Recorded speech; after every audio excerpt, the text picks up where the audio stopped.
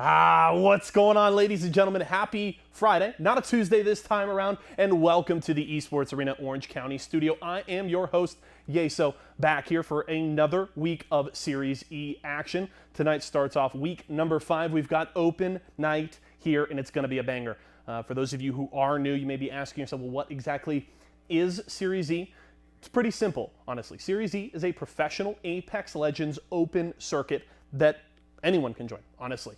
Our top teams from our open qualifiers have been drafted and signed by our 9 partnered brands, and now they compete weekly against some of the best pros and open qualifier teams across the country. Those players now make $700 salary every single month and compete weekly for points and prize money as well. If all of that sounds good to you and you want a shot to get in on the action, make sure to sign up at matcherino.com/ESA for a chance to be one of our future SeriesE pros. Now, as I mentioned, we are kicking off week number 5 here with open night, and as we look back at the week prior, we got some action we want to highlight here. A couple of teams that have been dominant so far, and actually both, in fact, with back-to-back titles here are Charlotte Phoenix on my right and TSM on my left. Charlotte Phoenix, since jumping onto the scene and getting signed here, led by Pride, Mercy Only, and Bronzy, have been dominant. They looked really strong in the open night last week as well as the week prior. We'll have to see if they can continue that dominance here tonight and moving forward.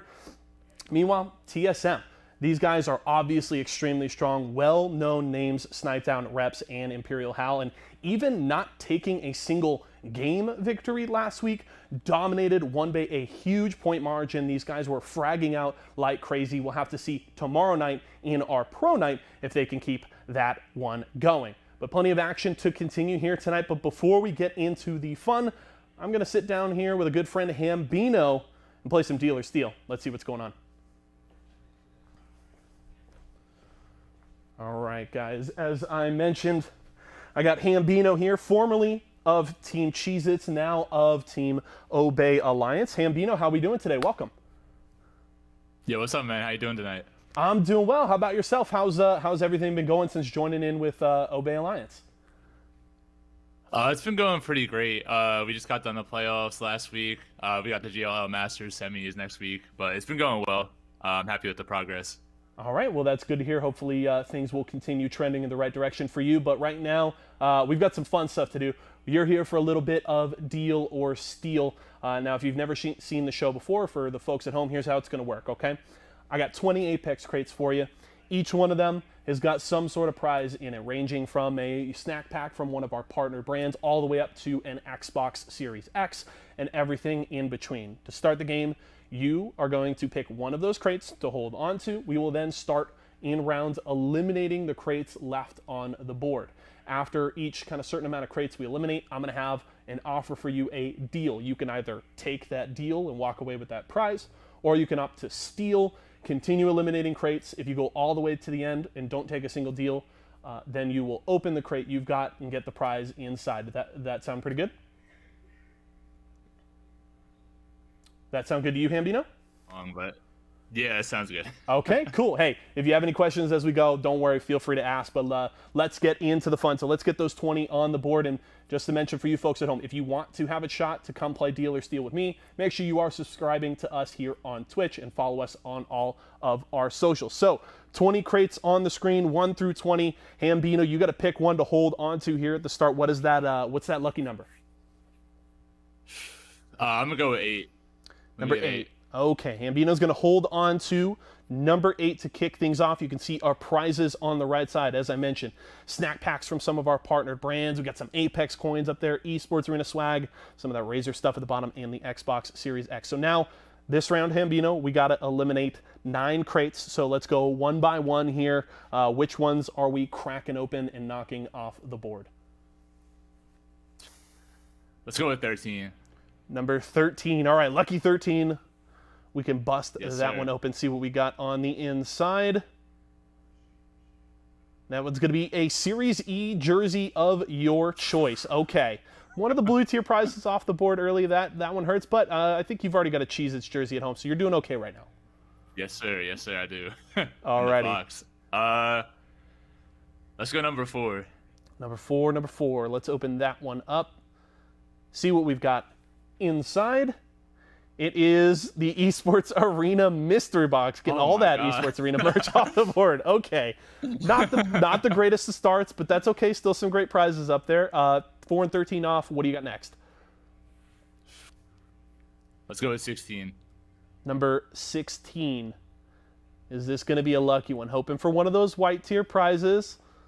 Let's see what we got. Okay, there we go. The Pop-Tarts pack. All right, there we go. That was one that was kind of cursing. I don't know if you saw last week, but was cursing Zach Mazer, who I had on Wednesday. He couldn't find that Pop-Tarts pack. He was struggling. Okay, that's 3 down. Let's see if the luck continues, Hambino. All right, let's go with 1. Number one. All right. I love it, Hambino. He was stressing over every choice. There it is, the Rice Krispies Treats pack. That's a good one. I got the confidence. Yeah, right. You're just like, yeah, give me 1, give me 4, no big deal, no sweat. Okay, that's 8. You're rolling now. We got a little bit of momentum. What's next? Yeah, I'm trying to get through the tough parts early. Let's get 6. Number 6. All right, number 6. One of those second row prizes. Bust that one open. Let's see if he can keep it rolling. 2 white tiers in a row. Can he make it a third? It's 2,150 Apex coins there. There's still another one of those prizes on the board, so that's okay. All right, 5 off. We got to knock off 4 more before I have my first deal for you. All right, sounds good. I'm going to keep going, try to get top half off. Let's go 18. 18, number 18. Okay, bust that one open. First one in that bottom row. And it is a Pringles pack. Okay, right. You know what? Despite those 2 higher blue tiers off the board, this is a good run so far, Hambino. I'm liking it. Yeah. Gotta get rid of all these whites first. Let's do 3. Number 3. Let's see what we got inside number 3. Crack that sucker open. We've got for us a Nestle Pure Life pack. Okay, Hambino, you got the magic touch right now. I like what I'm seeing so far. Okay, so the Nestle Pure Life pack. Let's knock off 2 more before my first deal for you. All right, I'm going to go with 9 this time. Number 9, hitting that 3rd row for the first time. What do we got inside number 9? A nut back-to-back on the Nestle Pure Life packs. Hambino's rolling, knocking off that top row of white tier prizes. Okay, 1 more. Can the luck continue? Can you knock off another white tier? Let's go 11. 11. No doubt in his voice. You can hear it, folks. Just confidence right now from Hambino, just like when he's on World's Edge. It is the other SeriesE jersey of your choice. Okay, so another one of those higher blue tiers off the board. Okay, so we've knocked off 9. No jerseys. I've got a deal for you right now.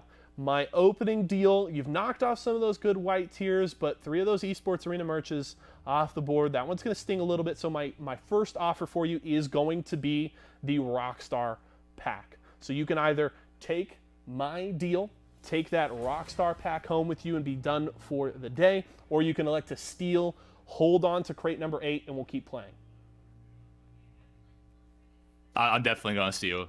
He's going to steal. All right, Hambino. Hey, he's been confident with all his choices so far. He's confident in the steal right now, so we're going to keep playing. So, as we can see on the board, still 3 more of those white tiers, a smattering of the blues. All those top tier, the purple and red, still up there. So, Hambino still feeling strong right now. Let's knock off 6 more, Hambino. So, what is your first choice? Let's get 20 out of the way. Number 20. All right. The top dog. You've been great so far, knocking off the white tiers. What do we got here? Ooh, it's the Razor backpack. Tough. Ooh, the first one of those purples. All right, so that's one. What do you got next? Let's go 5. Number 5, okay. In the second row, let's hope it's not another purple tier. Let's crack open number 5. It is 6,700 Apex coins. Man. That one's gonna sting. That's what Nasky took home last week. He was hyped to get some more heirlooms with those Apex coins. So that one's gonna sting a little bit. Okay, but still some solid prizes on the board, the $50 Walmart gift card that Zach took home. Let's see what else you're thinking. What's your next one? Let's go with 17. All right, number 17. The third elimination of this round. Crack that one. Oh, it's the Razer Wireless Black Shark V2 Pro. I hope you didn't need a new headset, Hambino, because not going home with that one today. Yeah, luckily I just got one last month. All right. So we're okay. Still got that keyboard, we're though, still on the hanging in board. there. The Xbox Series X as well. Okay, so we knocked off 3. Let's knock off 3 more. All right, sounds good. Let's go with 14. Number 14. Let's bust that one open. You've strayed away from the white tiers. Can we get back there? Ooh, it's the other Esports Arena mystery box. Hambino not getting any ESA swag today. Okay. It's tough. That one's going to hurt. We got some sick new merch, folks. If you want to get some, head over to esportsarena.com. We got some stuff for you. Okay. What are you feeling next? You've been feeling really confident so far, just going right for the number, going in. Do you need to take a second, take a breath here, kind of rethink that strategy? Things have gone off the rails. Yeah, that got bad real quick. Wow. Let's go with 15. Number 15. All right, he thought about it a little longer. Let's see if it pays off. Hopefully it isn't that final purple tier. It is an Apple Jacks Jumbo's all right, thanks. snack pack. Okay. All right, we're back in the white tiers here. We're doing okay. Let's knock off another one.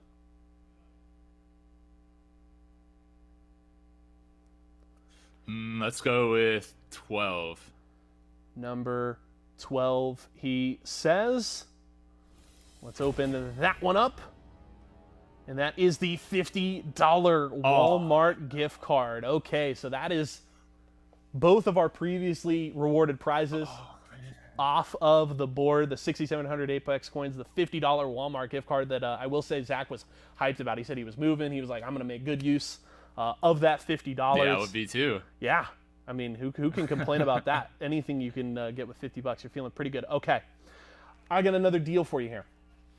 Now, we've had a bit of a rough go. We've knocked off a couple of those purple tiers. So my deal's going to get a little bit better, but not all that much. And this is really only because we got a couple of those top tier prizes up. I got 2,150 Apex coins here for you. That is my deal. Are you going to take it or are you going to steal and we eliminate a few more? I'm not going to lie to you. I really want that Xbox, and I still see it up there. Yep. So I'm definitely going to go with Steel. All right. I'm gonna keep going. Hambino thinking about going the distance here. He's hoping that Xbox Series X is hiding in crate number 8. We may still find out. Okay. Now, we got 5 crates left on the board. One of them you are holding on to. Let's eliminate 3 more. I will have a final deal for you. And then you can either take that deal or we will crack open crate number 8. So 2, 7, 10, and 19. We got to knock off 3 of those. All right, let's get rid of 19. Number 19. Let's see what's in number 19. Cheez-It's still on the board. A Rockstar pack, some Apex coins. Which one is it? It's the Rockstar pack. Okay. Ooh. That's a great start there, Hambino. We're back in the money yes, now. Sir. Okay. What is next? 2, 7, and 10. You got to knock 2 of those off the board. All right, let's get rid of the double digits. I'm going to get rid of 10. 10. Okay, we're keeping it to the small numbers. Let's crack open number 10. Is it that Cheez-Its pack?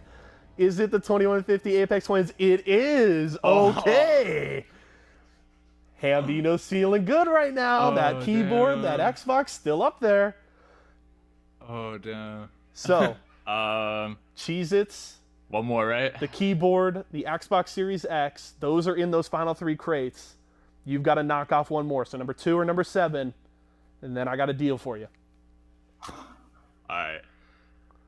Let's go with 2. Number 2. Hambino's hoping it's that Cheez-Its pack.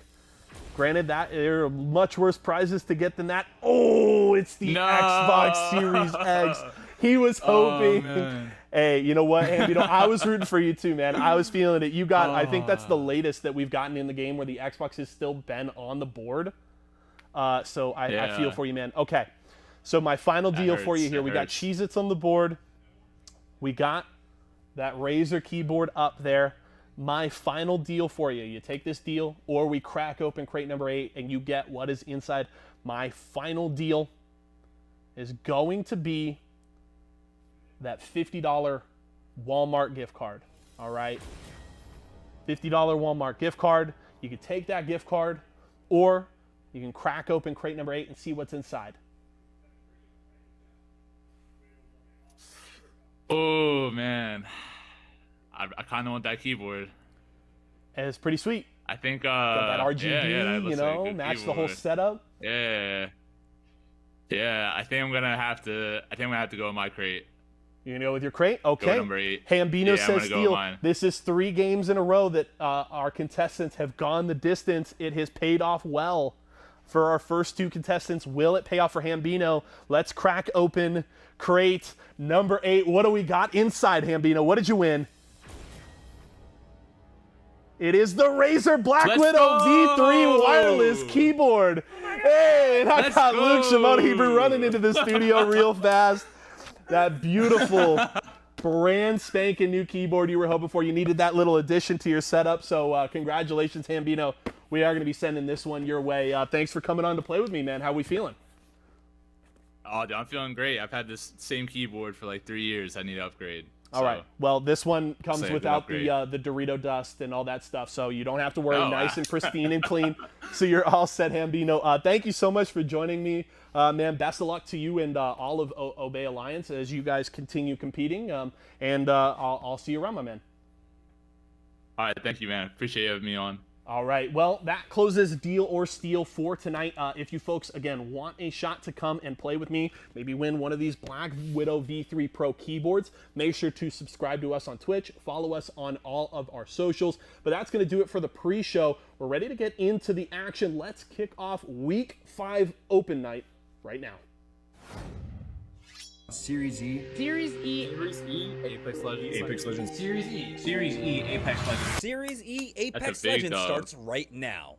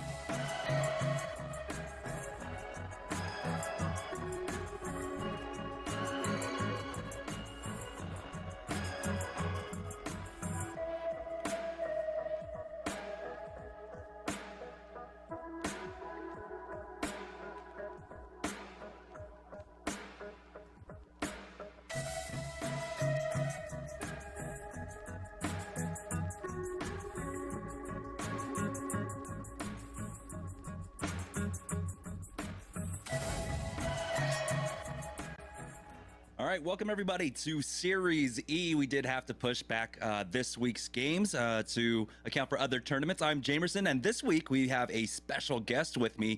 I got third Impact Zicky. Zicky, how are you doing today? I'm really good. I can't wait to see some quality Apex. Yeah, I'm glad to have you. I mean, today is going to be our open registration night, so our 9 partnered squads will be facing off against some teams that are looking to make a name for themselves and really got their eyes, of course, on Season 3 of Series E as well. Well, let's go ahead and talk about the format today. Of course, we're going to be playing things out like we normally do. We got 6 games that'll be played out tonight. We got $500 on the line, and the scoring system really isn't much different than what you're used to. Of course, we have 12 points all the way down to 1 point for first through 15th place. Then every single kill point will also net you 1 point as well throughout the evening. Now, Zicky, you know, coming from Third Impact, coming from, you know, the pro background here in Apex Legends, what do teams place more importance on right now? Placements or trying to find kills? We play more on kills, so I will say kills, but it's still like 50-50 on this format, which is good. Yeah, and across 6 games, it's also you have to just be consistent, right? Like getting one win throughout the night isn't enough. Having one big high frag game isn't enough. It's about making sure every single game that you accumulate some points. Now, you guys were talking about, of course, or I mean, you were talking about, of course, kill points being important. That is what we see coming out from Third Impact frequently, week after week, when we have you guys on for pro night, and particularly you guys are typically challenging teams off the drop. Yeah, for sure. That's like our playstyle completely. We just fight. Yeah, let's talk about the teams that will be playing today. Of course, we do have our 9 partnered squads, but here's some new names that we do have coming up. I mean, one team that we were looking at that was a little bit fun to watch, it was the Mimikins, and they were running some very fun compositions. We've got the Croissant Warriors. Of course, that's a mix-up of K-Swinny, Dazo, and Nasky. Nasky's joining them instead of Horizon, I believe, is generally K-Swinny's third in that one. Los Corritos. We got Hyarko, Uzako, and 90s. They're the ones that are running around in the full pub stop composition. Now, what can you tell us about that, the Octane Revenant composition? I mean, is that something that we should be keeping an eye out for? I think it's really strong right now because of the Octane launchpad. Doesn't have like any sound when you land on teams, so... Yeah, we're already familiar with Apex sounds as it is, but it looks like we are getting game number 1 set up, and you know, this is always going to be a mixed bag, but typically here on our open registration night, this is when we do get to see our partner teams a little bit open up a little bit more.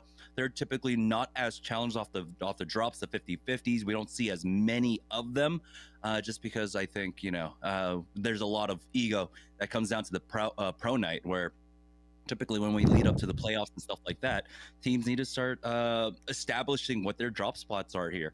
Don't know if we're going to actually see too many contests, but typically it's around that tree area, dome area. For some reason, those are the usual 50-50s. We'll see if that one happens. We are still getting the game set up, so we'll get that one underway very shortly here. But I'm really excited to have you on. I mean, we don't really get to have too many people from the EMEA region that join us for the broadcast, so I'm glad that we get to have you on here tonight. Let's talk about like the kind of playstyle difference, because you know, you're one of like 3 or 4 teams that play on our pro night that come from that play with the EMEA region. What do you notice in terms of like difference of playstyle when you play here at Series E? There is, like on NA overall, there is much more like free spots, like in the center. Like if you rotate late, you still might get like one of the best spots for free in like zone 3, zone 4, even zone 5, which is like ridiculous compared to you. Yeah, and so we're seeing, a lot of teams are, of course, taking up the edge fighting, or just maybe a little bit slower on the rotate, or don't know exactly where they want to try and hold down these positions. But some of the teams that we do see, especially for Series E, that are pretty damn on the ball with that. I mean, we take a look at Team Cheese It, right? When we're looking at Prodigy Aces and that company, that squad, they are do fairly they rotate in fairly well, as it looks like we do have game number 1 started up. So let's go ahead and join in. It's going to be Team Pop-Tarts that we're going to be starting off with here, and they are, of course, eyeing Geyser for the time being. Landing definitely the worst spot on the map. Yeah, we have the flight path basically all the way on the west side of the map, and so it's going to take them quite some time. Don't know if they do have a beacon to pick up either, but I mean, it's just such a long distance. So like, if there's no beacon here, he's still gonna have to maybe farm through and go up through vaults, or even go to the south. No, there's no beacon in the south either. This is really unfortunate for them. Oh yeah, they don't have a beacon on their north either. That's gonna be rough.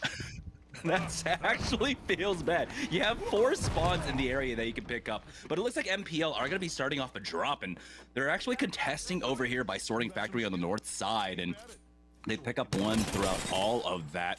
Looks like Applejacks have found themselves in a fight as well, so we do have some 50-50s taking place right now, but most importantly, NPL versus Team Pringles here, as they are waiting. And take a look at this composition. So it's going to be Crypto, Gibraltar, and the Octane. And so, I mean, Octane replacing the Wraith, definitely, I think something that we are used to now, but how do you feel about the Crypto coming in? Oh well, Crypto is probably the strongest character in the game right now. In like the pro lobbies, just way too much info. Ooh, Phony tried to go for the 1-for-1 challenge, but I mean, it's a Spitfire on the other side. I don't know how much you can do about that, as Applejacks are looking to finish this one off, as Duplex took a lot of damage here. But Aves is still going to go ahead and challenge, and it's the 2v1 to take out Post and Iron. So that's the first squad out. But the Memekins are coming in for the third party. They got turned around. They do get a 1-for-1 exchange throughout all of this, as Akedu finds a second one. Now it's down to the 1v1 enemy versus, I'm not even too sure. Is it Ronnie who's the final member remaining here, as enemies going for that thirst right now? Oh, it's gonna be Draco's here. He's full armor as well, chasing after this Gibraltar. And does trade back on some damage, but Dracos will be able to secure this one up. And they take out the Memekins. Let's see if there's another third party coming in. We haven't even had the opportunity to take a look at the map quite yet, as Rockstar find themselves in a small little fight over here just north of the hot springs, or I guess south of Lava Fissure. Matt Pick is going to be picking up that Octane as well, as he does spot them out. This should be free damage for him. That might be a kill potential. Ooh, that's so close. Oh yeah, they're trying their best to make it to that redeploy, and it looks like they will. Matt Pickett really wants this. He's done a lot of damage, but don't know, how hard do you commit onto this? I mean, the squad that might be coming up from, of course, Thermal could show up at any moment. You have to worry about Team Intel's rotation through here. We'll see what Rockstar do, but it looks like they're just going to ride the edge for the time being, as we have 10 more seconds before the zone starts closing. And now that the action has slowed down, let's go ahead and take a look at the map.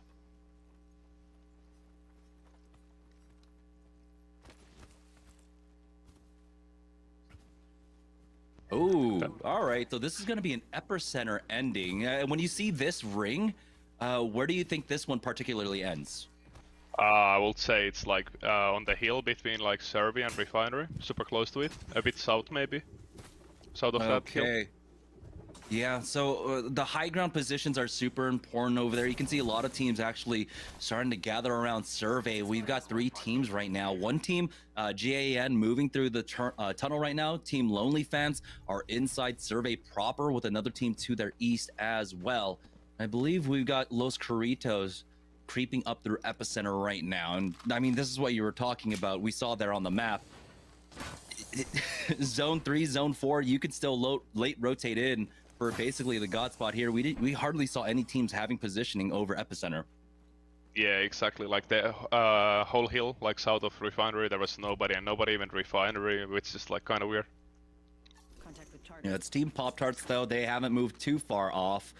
Of course, they're coming in from the Geyser there. They do have a squad cut off at the choke right now, and Lucas is trying to find an angle here, but here comes the EMP. It's going to connect onto all 3, but that's just to slow them down. Popstar did a lot of initial damage, but now Stomps is getting punished here. He's Does he have his bubble? He's already actually thrown that one down as they're taking so much damage. It's going to be Team Intel on the other side. Metro getting that first knock onto them, trying to punish them now, pushing up. Impulse doesn't have any shields, and here's the rest of Team Intel. Push up. They got the secure onto Lucas, but they got to worry about the third party coming up from behind. Here's Team Cheez-It now. Mini filling in for Prodigy Aces.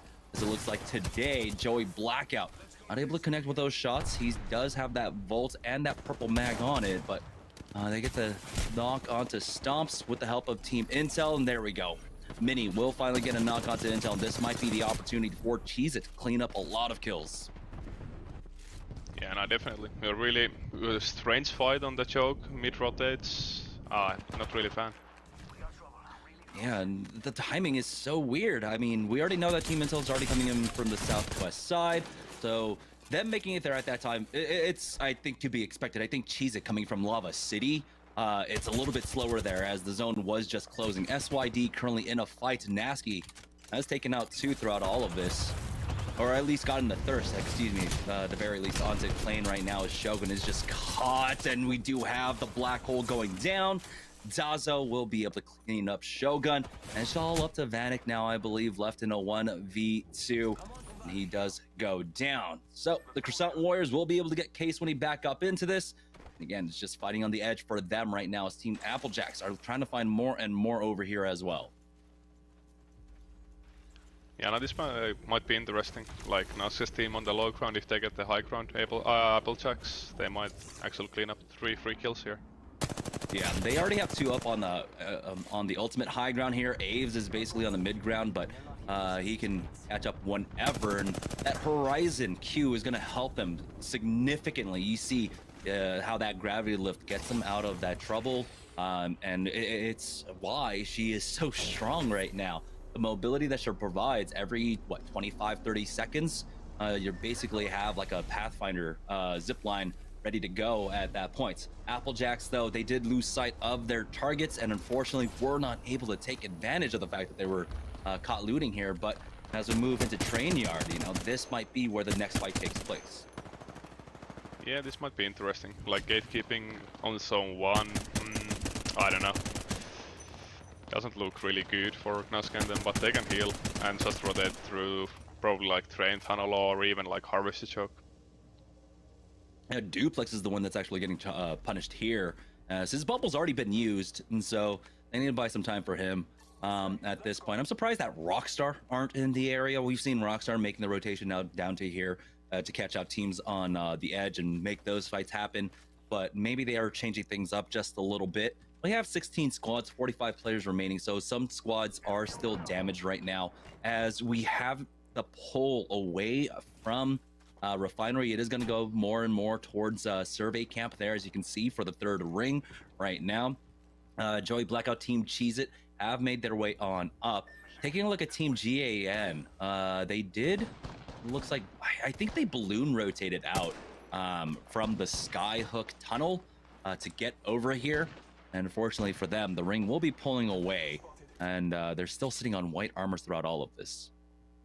Yeah, this doesn't really look good. There's gonna be teams on this side of the hill and more west, and they're gonna be stuck here. With white armor, it's gonna be rough to push. Yeah, luckily, you got the 3X on this R301, but you don't have a mag on it, so it's gonna be difficult for Goofy Gamer here to try and evolve this Evo. I mean, he's only hit 1 shot so far. He's 138 damage away. Right now on board with Rockstar, who are playing the south side of Frag East. They're waiting to try and team fire in the back. Almost got the Gibraltar down, but Crummy has taken a lot of damage and he falls back. Never mind. It was just Crummy all the way back here by himself. Now the rest of the squad will pull up from No Name as Matt Pickett is here, ready to challenge now. They are stuck outside on the train tracks and their bubble's already been used. Matt Pickett, he's got that Spitfire with the blue mag, so he can really just unleash with that thing. Crummy was pinned down. He does pop that Beast in the Hunt, but has had another 2 seconds before he can scan that one out. 2 peeking from his left. He needs the coverage from his right, and Matt Pickett is there for him, buying enough time for Crummy now to come in for that challenge. 6 goes down as Metro will fall as well. Matt Pickett really playing on the razor's edge there. You got turned on instantly by Team Intel, but Crummy found the timing as well to go for the peak, and Team Intel are out just like that. Yeah, no, that was super clean from Rockstars. Well played by them. At this point, Rockstar, they've gotten a decent number of kills. It looks like Pringles were able to survive. Remember, I believe it was Phony and Presley went down during that 50-50 with NPL, but yeah, the third party came in. They were able to recover the banners, and well, it looks like they used the res over here on Khan. Now Pop-Tarts are getting punished here as Stomps gets taken out and Thirst instantly. Team Pringles will go ahead and pop that defensive bombardment. Oh, the Croissant Warriors are on top, and Nasky's taking some damage, but they're ready to drop down as a full 3 onto this bubble now. Gotta be careful, Nasky, as he doesn't have the rest of the squad quite yet. He does get the first knock onto Phony. There's the trade. It's a 2-for-1. And it looks like the Croissant Warriors will pick this one up, but we know that other squads are already in the area to try and punish them. Yeah, there should be like 2 teams still, like where was like Pringles was fighting somebody else, like they were super close. Oh, it was Pop-Tarts just hiding. Yeah, and so Impulse is just going to be on that Tomcat Rat Cam. He finally made his way all the way over to Epicenter for now. He has at least hit top 14, so that's going to be 1 placement point for them. But here's Team Applejacks now making their way into Survey. We do know that there are a number of squads in here, but Team Applejacks, they do have the Beast of the Hunt pop right now, and they want to just try and take over this building. We'll see how they manage here. We do have a lot of utility being used as well, as the Thermite will cover that door. Aves here on the high ground is going to get checked by someone else across the ways, but the bubble is down, and this is going to be their opportunity to try and get in. Duplex doing a lot of damage with that Volts. Rollers has taken a lot of damage himself though, but it looks like they do have the numbers advantage now, getting rid of Zimby Grunt. We'll see if they can find another one. Oh, the black hole goes on in. It's going to keep them all pinned down as Duplex pushes up. Here comes the scan. They get the Thirst onto Zemby, but most importantly, of course, they take away this building. Yeah, no, that was really nice takedown. Like there was a lot of teams around them. They used the bubble really well there and just out-aimed enemy. And while they didn't get the full squad wipe, they at least secure this building. We can see that the ring does continue to pull away. There it is. Zone number 3 will be going over towards Survey Camp, but you have the pings coming out from Cheez-It. You're talking about the hills between Refinery and Survey Camp. Why are those so popular to play? Oh, you have such a good rotations, like on the later stage, you have a lot of free shots, you can get easily like your Evo Armus up to purple, even red. So that's the main one. Yeah, Team Razor actually in a fight for this. It's Ack on the other way. Zeratricky get that first knock. Mooney goes down to Hakulo as well, and that's going to be the bubble forward. They have the 3v1 advantage. They will be able to finish this one off. Team Razor now controlling the full north side of this ring. You're gonna have an interesting push from Cheez-It. There is the Caustic ult coming. A lot of the utility was used beforehand by Team Razor here, so Team Cheez-It can try and take advantage. That Caustic ult has already gone down, but it looks like it was just a near miss. A defensive bombardment as well coming out from Rakanishu will not connect onto them, and so Team Razor quickly get out of dodge throughout all of that. They do have pings behind them, and so that might be that squad GAN that were in Refinery earlier on. Remember last time we checked in with them, it was 2 white armors and a blue.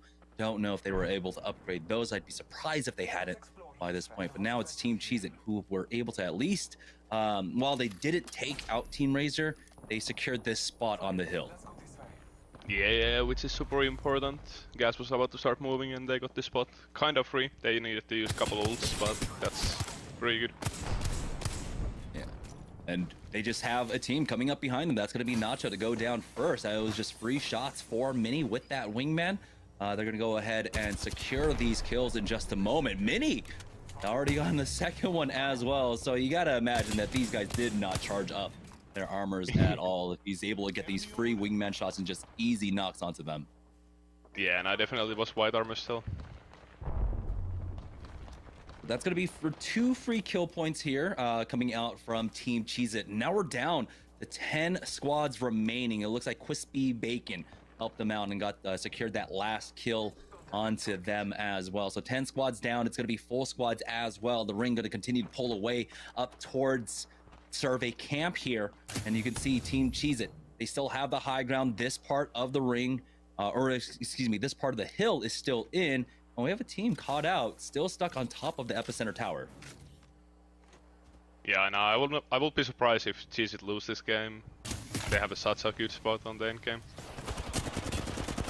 They have that high ground. They have a lot of teams stuck out, but it's Los Carritos who's got Rockstar to split up. Crummy and Matt Pickett are down just like that. Now it's going to leave Tech by himself for the time being. Los Carritos, though, are still here on the low ground. They are not running the Revenant Octane composition. It's Rice Krispie Treats in a fight over here by Epicenter right now. Bubble's already been used. Hard to tell by whom. Looks like it was NPL who were able to res. But here it is. They lose out on one. It's still a 2v1 advantage for Rice Krispie Treats. They just need to finish this last squad off, but it looks like the third party's coming in from 6xZ's as well, as P-Fitter's gone down and been finished off. 90's coming in for the third party now, as Los Carritos have rounded the corner. I'm surprised about this whole time. Where's Team Cheez-It? You gotta imagine that they've got an eye on this fight as well to try and third party, but it looks like 6xZ's put a stop to a lot of this one. And with 10 seconds left to go, now they need to figure out how they're gonna rotate in. Yeah, this rotate gonna be really rough. There is still like Los Carritos south of them and probably more teams maybe on their west, so gonna be interesting rotates. It looks like they want to try and make a straight beeline up the hill, or possibly start making their way towards survey camp now, but oh, Izzy takes some decent damage, has to bat up. We got 20 seconds as his zone closes. It's a full 3-man in front of them as well. They don't have the Bloodhound, they don't have the scan, and so they're going to try and wrap around this one, spotting out a lone rat on their rotate. Nades getting shot up from behind as well, and they are getting punished. 90s, Los Carritos, you were talking about it coming in. Do punish them throughout all of this, and they are out just like that. 90s picking up 2 additional kills for Los Carritos, but he's got to be careful himself. Caught out in the ring, and this one hurts. Ooh, that's kind of yikes. The EU movement. They will be able to get him in, and it looks like Hyarka will pop into that drone as well, just in case. But Los Carritos do survive. We're down to 6 squads, by the way. 18 teams remaining. Oh boy, we've got the black hole being thrown down on top of them, and the Croissant Warriors are right here to finish them off. Hyarka somehow survives for now. He had about 10 HP left throughout all of that. There's the medkit going down. Team Razor, though, tried to make a play on top of them, but the full push out comes in. Case when he's the first one to fall, but Dazo, he's got the Prowler. He picks up 1 knock onto Mr. Hakulo. Duplex from Team Applejacks helping out as well, taking out Muffins. And it looks like everyone's got Team Razor in their sights right now. Zeratrick is the only one that survives, and he was able to back away. Brakanishu picking up that knock onto Team Croissant Warriors, though, makes this very troublesome. It's only left up to 1 now. Nasky's the only one surviving for the Croissant Warriors. Wait, where is the ending? Oh, it's ending middle of. Oh, that's gonna be rough. So many teams, so many red spots. Ah. Yeah, it's smack dab in the middle of survey camp, and like you said, there are so many spots for teams to be able to rat it out underneath the buildings, inside the buildings, on top of the buildings. As you can see, they do spot out one. That was 90s who tried to back away himself, and it was an easy spray for Aves, and they are disconnected. We'll see if he can secure this one for the time being, as now the zone does start closing, and Team Cheez-It is one that I would like to check up on to see exactly which position they ended up holding. We know that they are currently playing as a full 3 as well, and yeah, they're just here on the east side of the zone, trying to catch out teams that are on the rotate here, but they've got a lot of cover to work with now, forcing out the bubble from this Gibraltar. They're getting pestered, of course, by the lone crypto drone, but they don't need to pay that any attention for the time being. But yeah, 6 squads, 16 players remaining. We know that it's Team Razor, I believe, that are playing it out as a solo, and Dazo, they were able to recover him, and Team Applejacks go down just like that. It was a free fight for them. No teams ready to come in for the third party. This is because you know that other teams will just move in quickly. That gold bag res paying off fortunes for them, as well as they will be able to pick that one up. Yeah, now this zone should be for still on GC's game. They have the caustic ult for the late game, and like example, the Croissant Warriors, they have no like really good ults on the end game. They do have the Horizon, which can be used. Yeah. So it's all about timing here, right? If that caustic grenade goes down right in the center of the zone before the gravity lift is used, then of course they can just negate it by using the gravity lift at this point. So it's all about Rakanishu and Joey Blackout finding the right timings here. They can layer it. They can throw down the Nox Gas grenade, and then afterwards throw down the defense and bombardment. It's all about the timings, but it looks like Team Cheez-It, you know, will be able to slow play this one off. They've got some decent cover to work off the top of this building. Yeah, no, for sure, for sure. I just don't think like Nazca, they have any nades left. They have been fighting like almost whole game, so I don't think the back hole is gonna be enough. Yeah, that black hole combination, really nothing else there behind it when you've got the Pathfinder to try and join up with that one. Here's an EMP going down though, and that will clear the shield. Rakanishu taking a lot of damage. Joey Blackout as well. The black hole's right on top of them. Dazo and Nasky pick up two just like that. And this was super important as Rakanishu does get thirsted along with Joey Blackout. And once again, Team Cheez-It, they've got the late game, they've got the utility, but they don't use it. Good punish coming out from the Croissant Warriors as soon as they see that EMP. Great timing to throw down that black hole. Yeah, no, I was definitely wrong. I guess they moved way too early though, to like kind of full open. They wasted their bubble there, got the EMP. I don't know, kind of weird play. I mean, it was just a good reaction coming out from the Croissant Warriors, right? Because that wasn't their EMP. They just saw it coming. They were able to take advantage of it. Case, when he's alive, he's got this Peacekeeper as well with only 2 squads remaining. It's just one solo rat left, and somehow the Croissant Warriors are going to be able to take this one, and in a massive way as well. They had about 4 or 5 team fights throughout the game. And so this might be like a 27-point game for them. But yeah, what did you like seeing out of game number 1 there, Ziki? No, it was definitely interesting to see Croissant Warriors fighting whole game, still coming out of top, which was pretty impressive. I think that's the main point on that game. Yeah, it must be nice when you see that the EMEA representatives are doing fairly well today for game number 1. All right, we're going to go ahead and take a short break. When we get back, we'll have game number 2 of the evening right after this.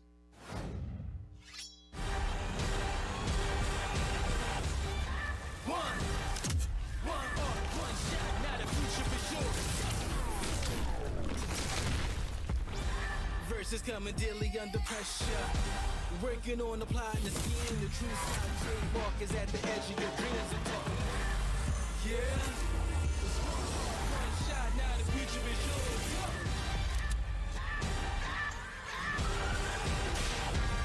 I'm turning dreams into reality. In the lab with the formula and chemistry. The memories spark and motivate and make the industry shake. Get the balls in the breaks. I'm talking one chance, that was so close for the goal. It's one shot, now the future is yours. Let's go. Imagine you love frosting and filling. I do love frosting and filling. Oh, well, imagine if there was a way to enjoy that delicious goodness anywhere, anytime, out of the toaster, out of the box, out of one of those baggy thingies, with nothing but a thin layer of foil between you and... Pasta. Yes, Curtis. This is a commercial about pasta. I love it. Frosting and filling for your pasta. I like pesto. I wasn't born in the spotlight. Nah. Had to grind and shine like a star on a hot night. And something about the struggle now resides in my muscles. And every trial and trouble helped to hang my hustle. Real rock stars don't chase the spotlight. It chases them.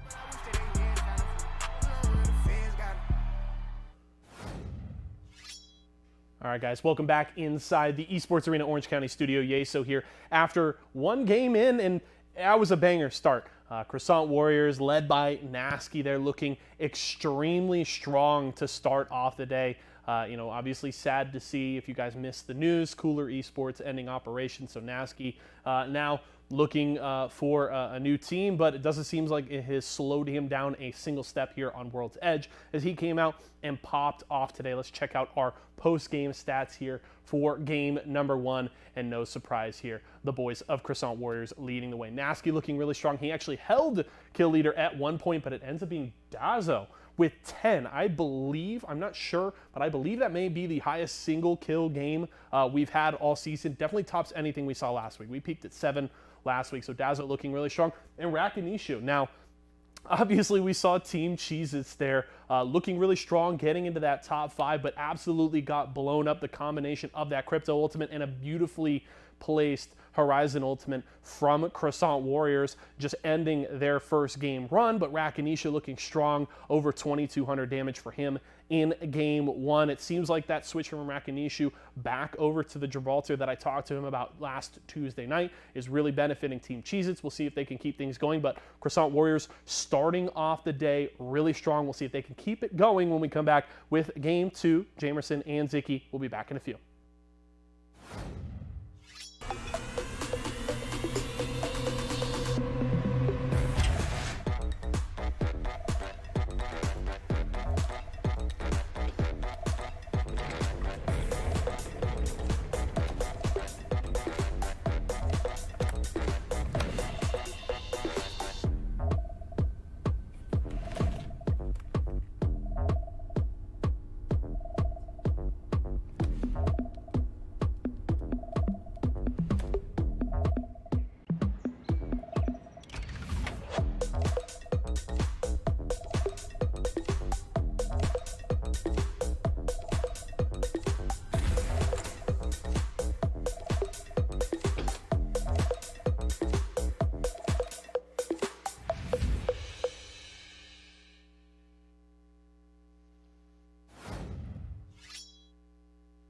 All right, welcome back, guys, to Series E. We saw the Croissant Warriors absolutely popping off, and I think we have an update there. It was a 21 kill game for the Croissant Warriors in game number 1.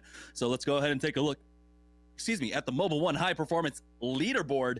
And the Croissant Warriors have a 20-point lead over Los Corritos right now, who are in second place. 33 points in game number 1, Zicky. That's crazy. Really good start for them, and I think they will keep it up, honestly. They're just gonna rack up more kills throughout the night. Yeah, right now, I mean, it just feels like they're kind of playing their comfort picks, right? Like, they're just kind of playing this like this might be ranked where, or not even ranked, honestly, with how many fights that they were taking.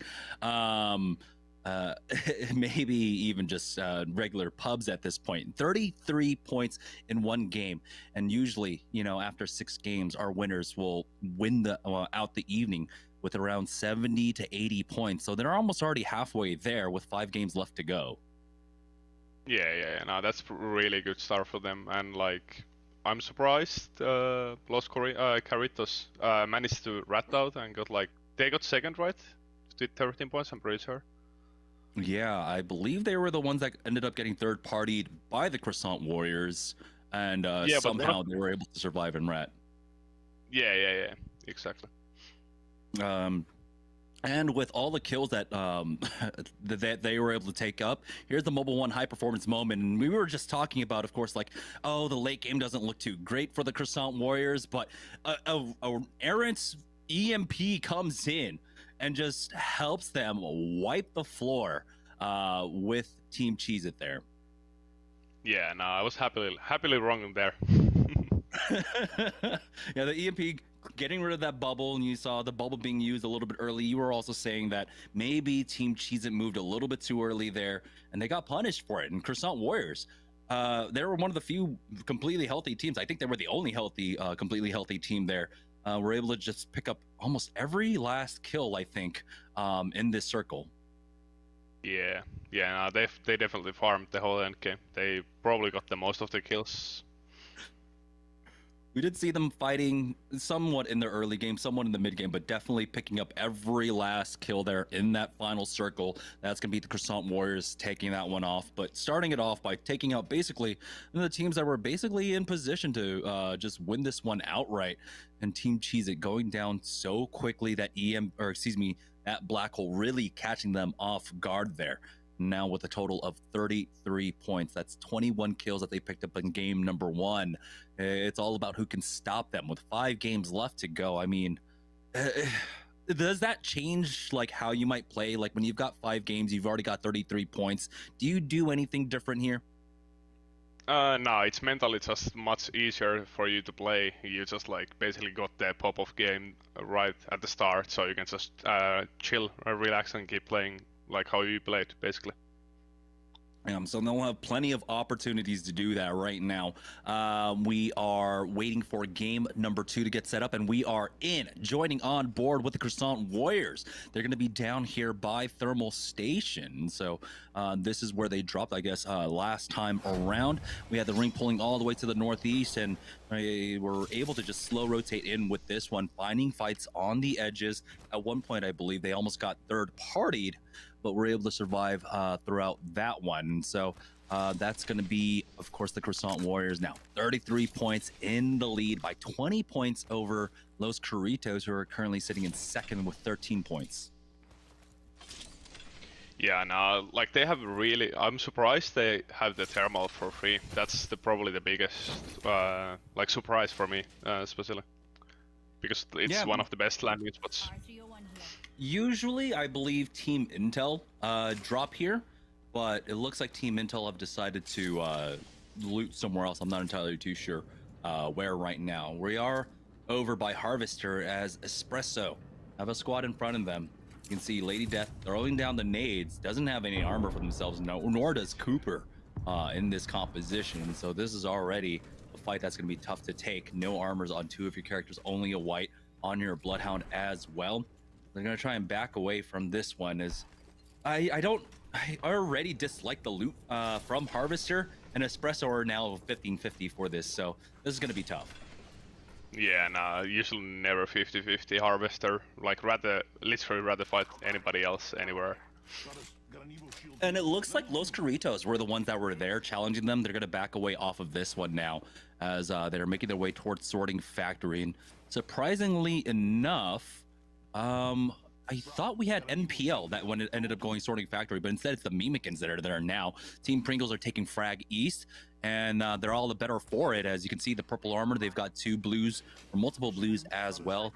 So I'm surprised that Team Pringles, who ended up they challenged 50-50 Sorting Factory in game number 1, now drop over at Frag East for free? What the hell is going on? Yeah, I no clue. That's what I'm like saying like early when I said like NA is super weird with like everything it seems like.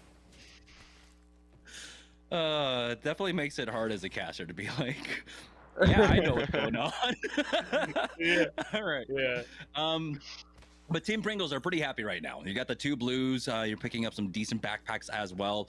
But it looks like we do have a fight over by Trainyard right now. This is what I'm talking about. Team Rockstar on their rotation path. Crummy does have to be careful as he does get shot up by 2, and he needs to rejoin Tech and Matt Pickett here. As surprisingly enough, Matt Pickett swapping back to the Gibraltar. Crummy's the one that's picking up the Octane now for game number 2. I don't know exactly why that is, but hey, they do have a fight ahead of them. They have to be prepared for this as Crummy is getting naded out, but he is on that Octane. He can just go ahead and zoom away, catching out the squad, going up that zip line, doing some damage there, decent damage, hits for the white armors, and so they know they have the HP advantage. He's gonna use that jump pad to get up top on the train. He doesn't hear him, and it's gonna be a free kill onto Iron. Crummy picking that one up. Now it's a 3v2 for Team Rockstar to finish off this fight. Matt Pickett will take out Noogie, and now there's just one player remaining trying to make his way down towards staging, but Tech is going to be there to finish him off very shortly. Yeah, now that's the issue with white armors. Like if the enemy team have like any sort of decent armor and they tag white armor, like they want to stay around because they pretty free kills. Free kill indeed. as now we do have a better idea of what the ring looks like. Joining on board with Team Rice Krispies, they've lost out on Bert and Stunny to go down. The EMP was dropped on top of them as well, as Fitter has to just back up off of this one. It looks like the ring is pulling down, could be going towards Dome. Possibility that it goes over to Lava City. T-Fitter's trying his best to survive, but they are just intruding from every single angle as he will go down. Mimikins are showing up to try and third party this one, but they've got to be careful now, backing away as they weren't able to find the timings off of that, but they do end up, I believe, getting at least one kill. You can see Enemy has that for his squad right now. Kind of reconsidering going back for this, but it looks like they just want to actually rotate out of this circle for now. Yeah, which is really good idea. To leave right now. There's gonna be a lot of teams rotating in, and you don't want to stay in middle of the zone fighting anybody. Yeah, we've seen a lot of teams get caught up over there in that area, in that sorting factory rotation now. It's Team Applejacks, though, who are trying to make their way to the, I don't know if they're trying to make their way towards the South Dome, right in front of them, or if they were trying to rotate out of that. It looks like they were trying to just make it to the South Mini Dome here, and will continue to go on over, as it looks like, yeah, again, you were talking about just free rotations. Team Cheez-It are here. They drop over by Lava City, so they might run into them shortly here. The scan comes out. They do spot out the squad, as Joey Blackout is going to try and cut off their exit all the way in the back for now. He's got to be careful, as the port was used by this team to get out. But Team Cheez-It aren't going to let them out for free, as it looks like Joey Blackout wants to try and hunt them down, but they have forced them back. And so all of Dome, it seems, is just under complete control by Team Cheez-It. Yeah, right now, but there is the Applejacks out of the dome. They probably want to join up on this, maybe surprise Cheez-It from behind. Yeah, I mean, Team Cheez-It, all of their attention was to that north side, and we were seeing from the south side, that was the rotation for Team Applejacks. We'll see if they can sneak their way on in here. For the time being, though, Team Cheez-It are playing well as a team. They're just kind of grouped up on the same building for now. They're not really controlling one, and so that will allow that opportunity for Team Applejacks to come in. But this is just one of those spots here. Typically for this circle, you'll see that a lot of squads can kind of coexist in this area. We'll see the teams with the Horizons, with the Pathfinders being able to control the tanks, and be able to play on basically on the dome shell as well. Here's Team NPL making their rotate now, coming through Lava City, and their loot not looking too hot. You can see the two white armors and the only blue going to be on Dracos there. We'll see if they find anything else as they make their way through Lava City. Yeah, and I like the guns looks pretty good for them, but the armor's like different, so bad. Here's Team Intel. They've got some nice armors, as they've got double purples. It's just the white armor there on 6th, though. But they are on the south side of launch site, and so they can try their best to control this building. It's a bit easier when you have someone playing the caustic, just because there are so many entrances to this building. But that just means you're forced to be very attentive as you're holding this right now. You can see the next ring is going to continue to pull down south. It's a very hard pull, a lot of it off the map as well, and they have to keep their eye on the south here, as you saw someone was just kind of poking up like they were playing whack-a-mole there. But NPL now in a fight. They've already lost out on one. Aketsu is the one that picks that one up here, as the defensive bombardment goes down on top of them as well. Dracos, it looks like it was Ronnie using that one to try and get the res on to Bambino. Nice spray coming out from Dracos there, even though he was slowed down by that. There's two on the other side, breaking the door. The Arcstar goes down.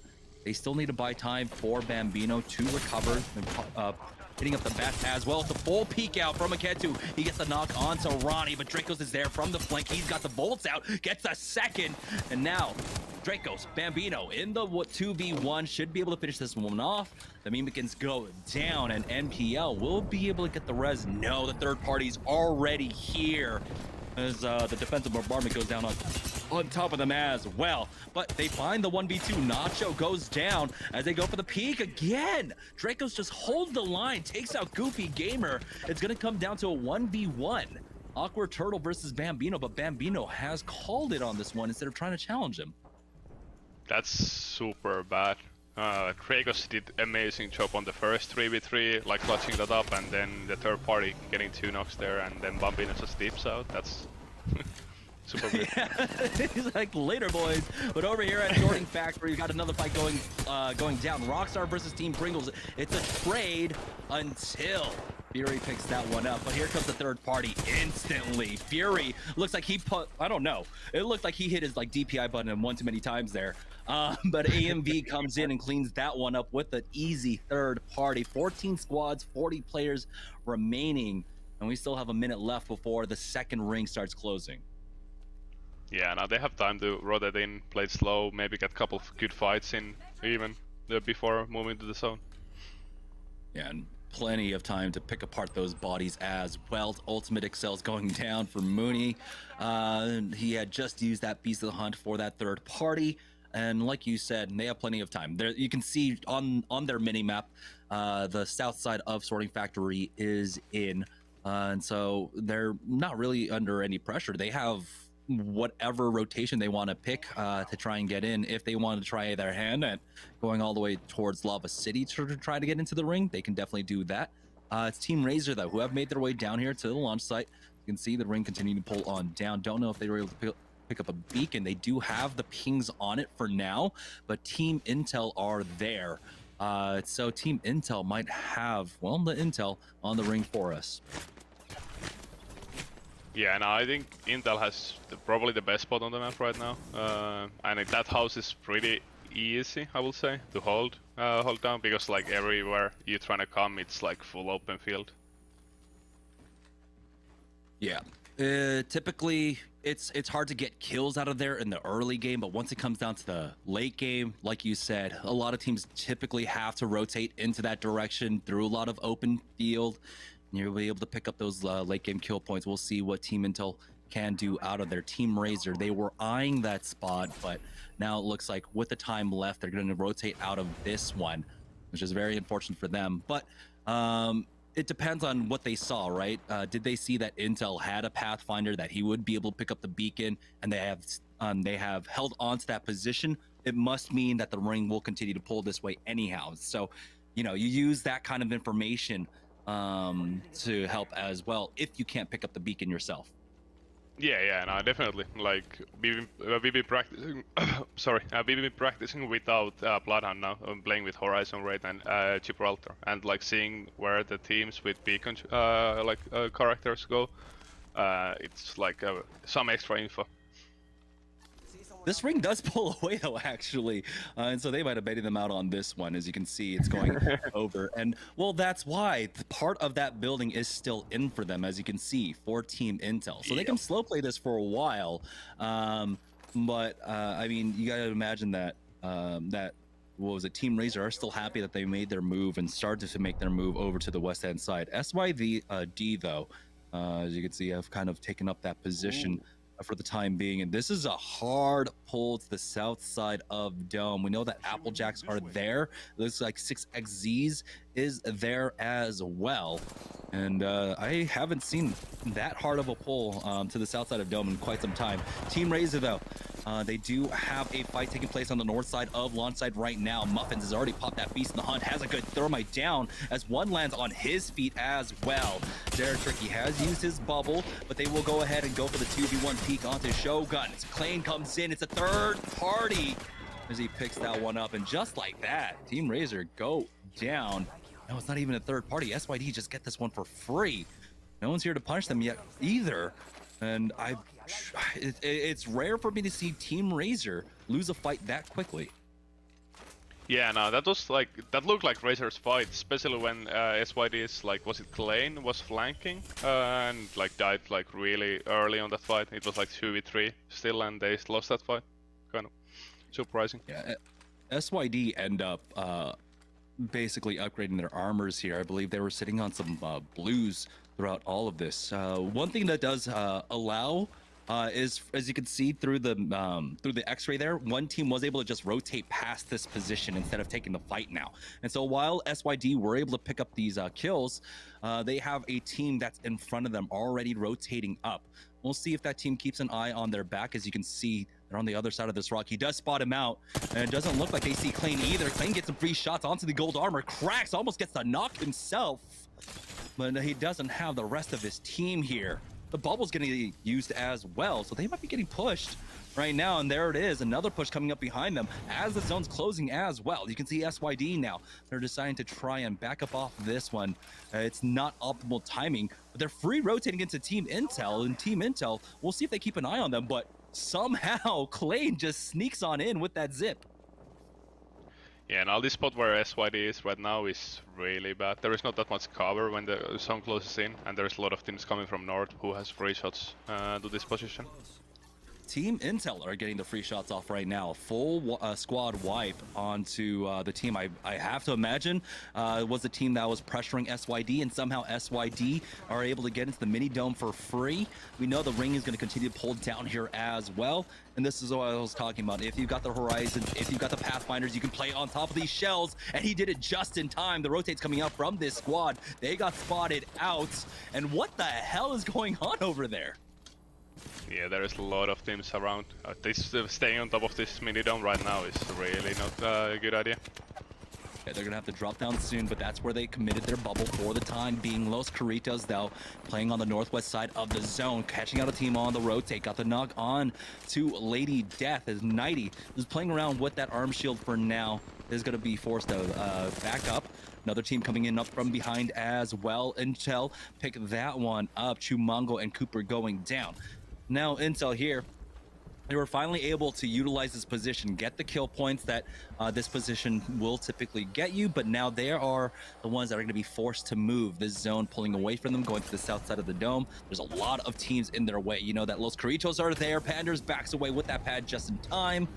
Now, how do they move throughout this one? We know that a lot of teams were playing over by the mini dome as well. Yeah, now this rotation is... if I would be in this situation right now, I would probably just go for the kills. They are like, it's so unlikely to rotate to do that zone. And we got 11 squads left, 32 players, so one squad down to a duo right now. And it looks like they're gonna opt to try and pick up additional loot here. I mean, they early rotated for the position over by launch site. They have to imagine a lot of their utility was used up throughout all of that, and so they do need to pick up this loot. They're gonna shadow this squad that they already know is there. That's why you can see Panders took his time before full committing onto that. He gets cracked himself, but he's done so much damage now. Metro and Six are here. But Six is forced to bat up as well to peek out from this squad, and that's going to be Uzako going down. Panders had the PK in the back pocket, picking that one up. It's the 3v2, and they need to hurry up and clean up this fight. Zone's closing in 5 more seconds. Another nade down. Metro picks up one more, and Los Carritos are out. But Team Intel now, they don't have the time to prepare. They just need to rotate in, and that's going to come down to Six here. Playing on this Pathfinder, he's on the front line. He's trying to get the information as they rotate through. They have a long way to go. NPL now in a fight as they're making their way on up. It's going to be the Croissant Warriors who get that knock onto Metro now, as MPL are trying to survive inside this building. They are getting pushed.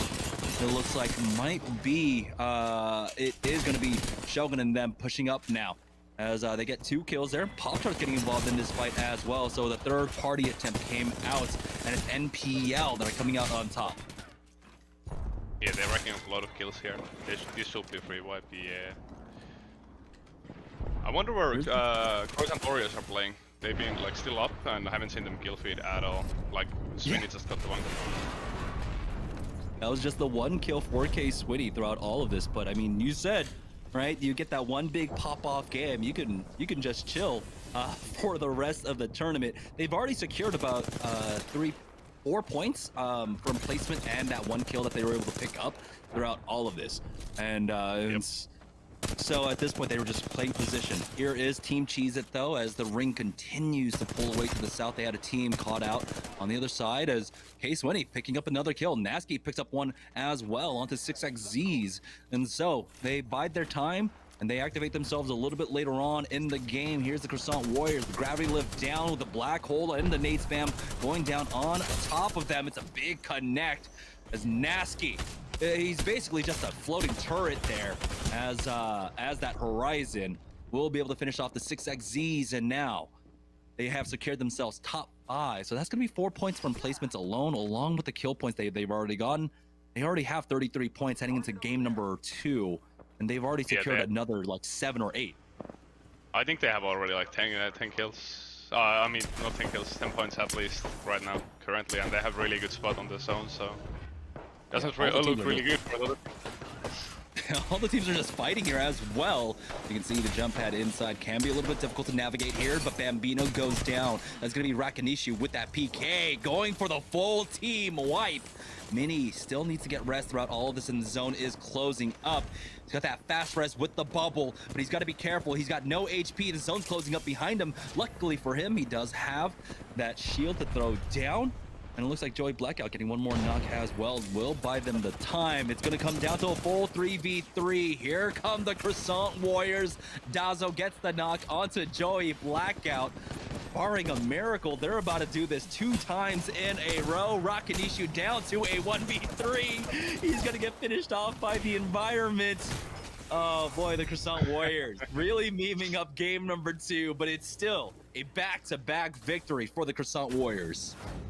No, that's definitely the confidence you get from the winning the first game. You just like keep rolling and racking up the points. Yep, racking up the points indeed. I mean, you said it right. We didn't see them until about what, the 3rd or 4th ring where they finally got their first kill, and then again they just wipe up the entire rest of the lobby in the end game there. So Croissant Warriors on a big tear. We'll see if anyone can put a stop to them. But it's only game number 2 and they have a massive lead. So let's go ahead and take a short break. When we get back, we'll have game number 3 after this.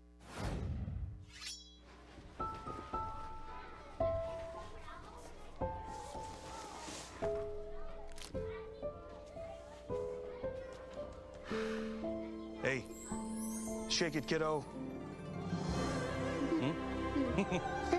Love Dad. Oh.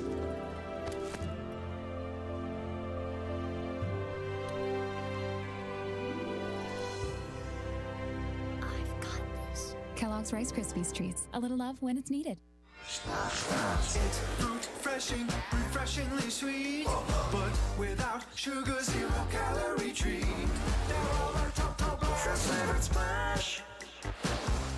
It's fruit freshin'.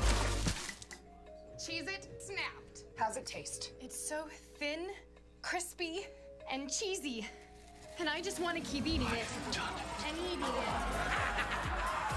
They love them. Snapped. So good we may run out of cheese. It's Kellogg's, Fruit Loops, Apple Jacks, Corn Pops, Tiger Paws. They're Jumbo. Jumbo snacks, snack time heroes. Don't take them on the go. Cereal, magnified, showing up for snacking time. Jumbo snacks, snack time heroes. Don't take them on the go. It's Jumbo. It's your snack hit. It's Jumbo Snack.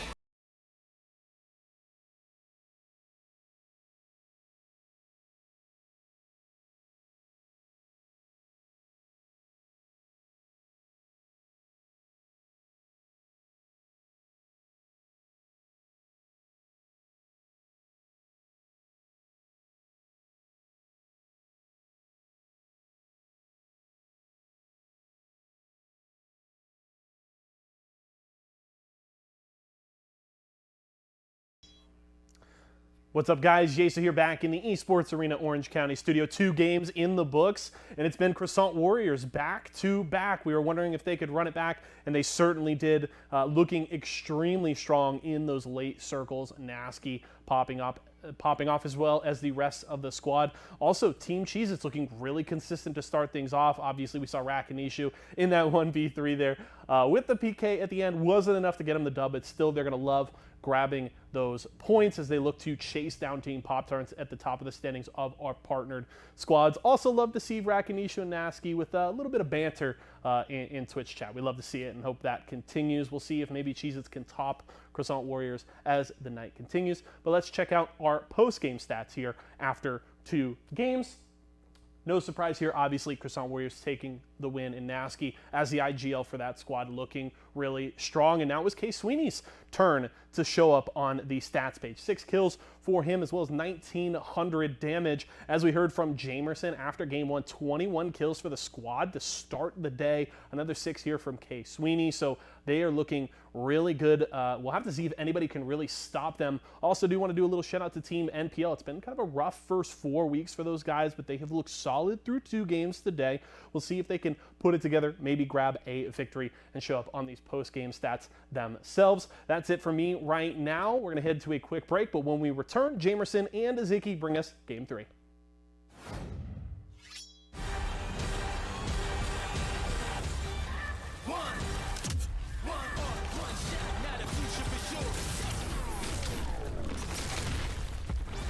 Versus coming daily under pressure.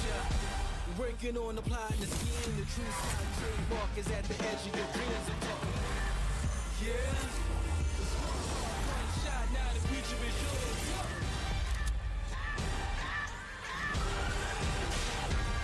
I'm turning dreams into reality. In the lab with the formula and chemistry. The memories spark and motivate and make the industry shake. With the bars and the breaks, I'm talking one chance that was so close for the goal. It's one shot, now the future is yours. Let's go.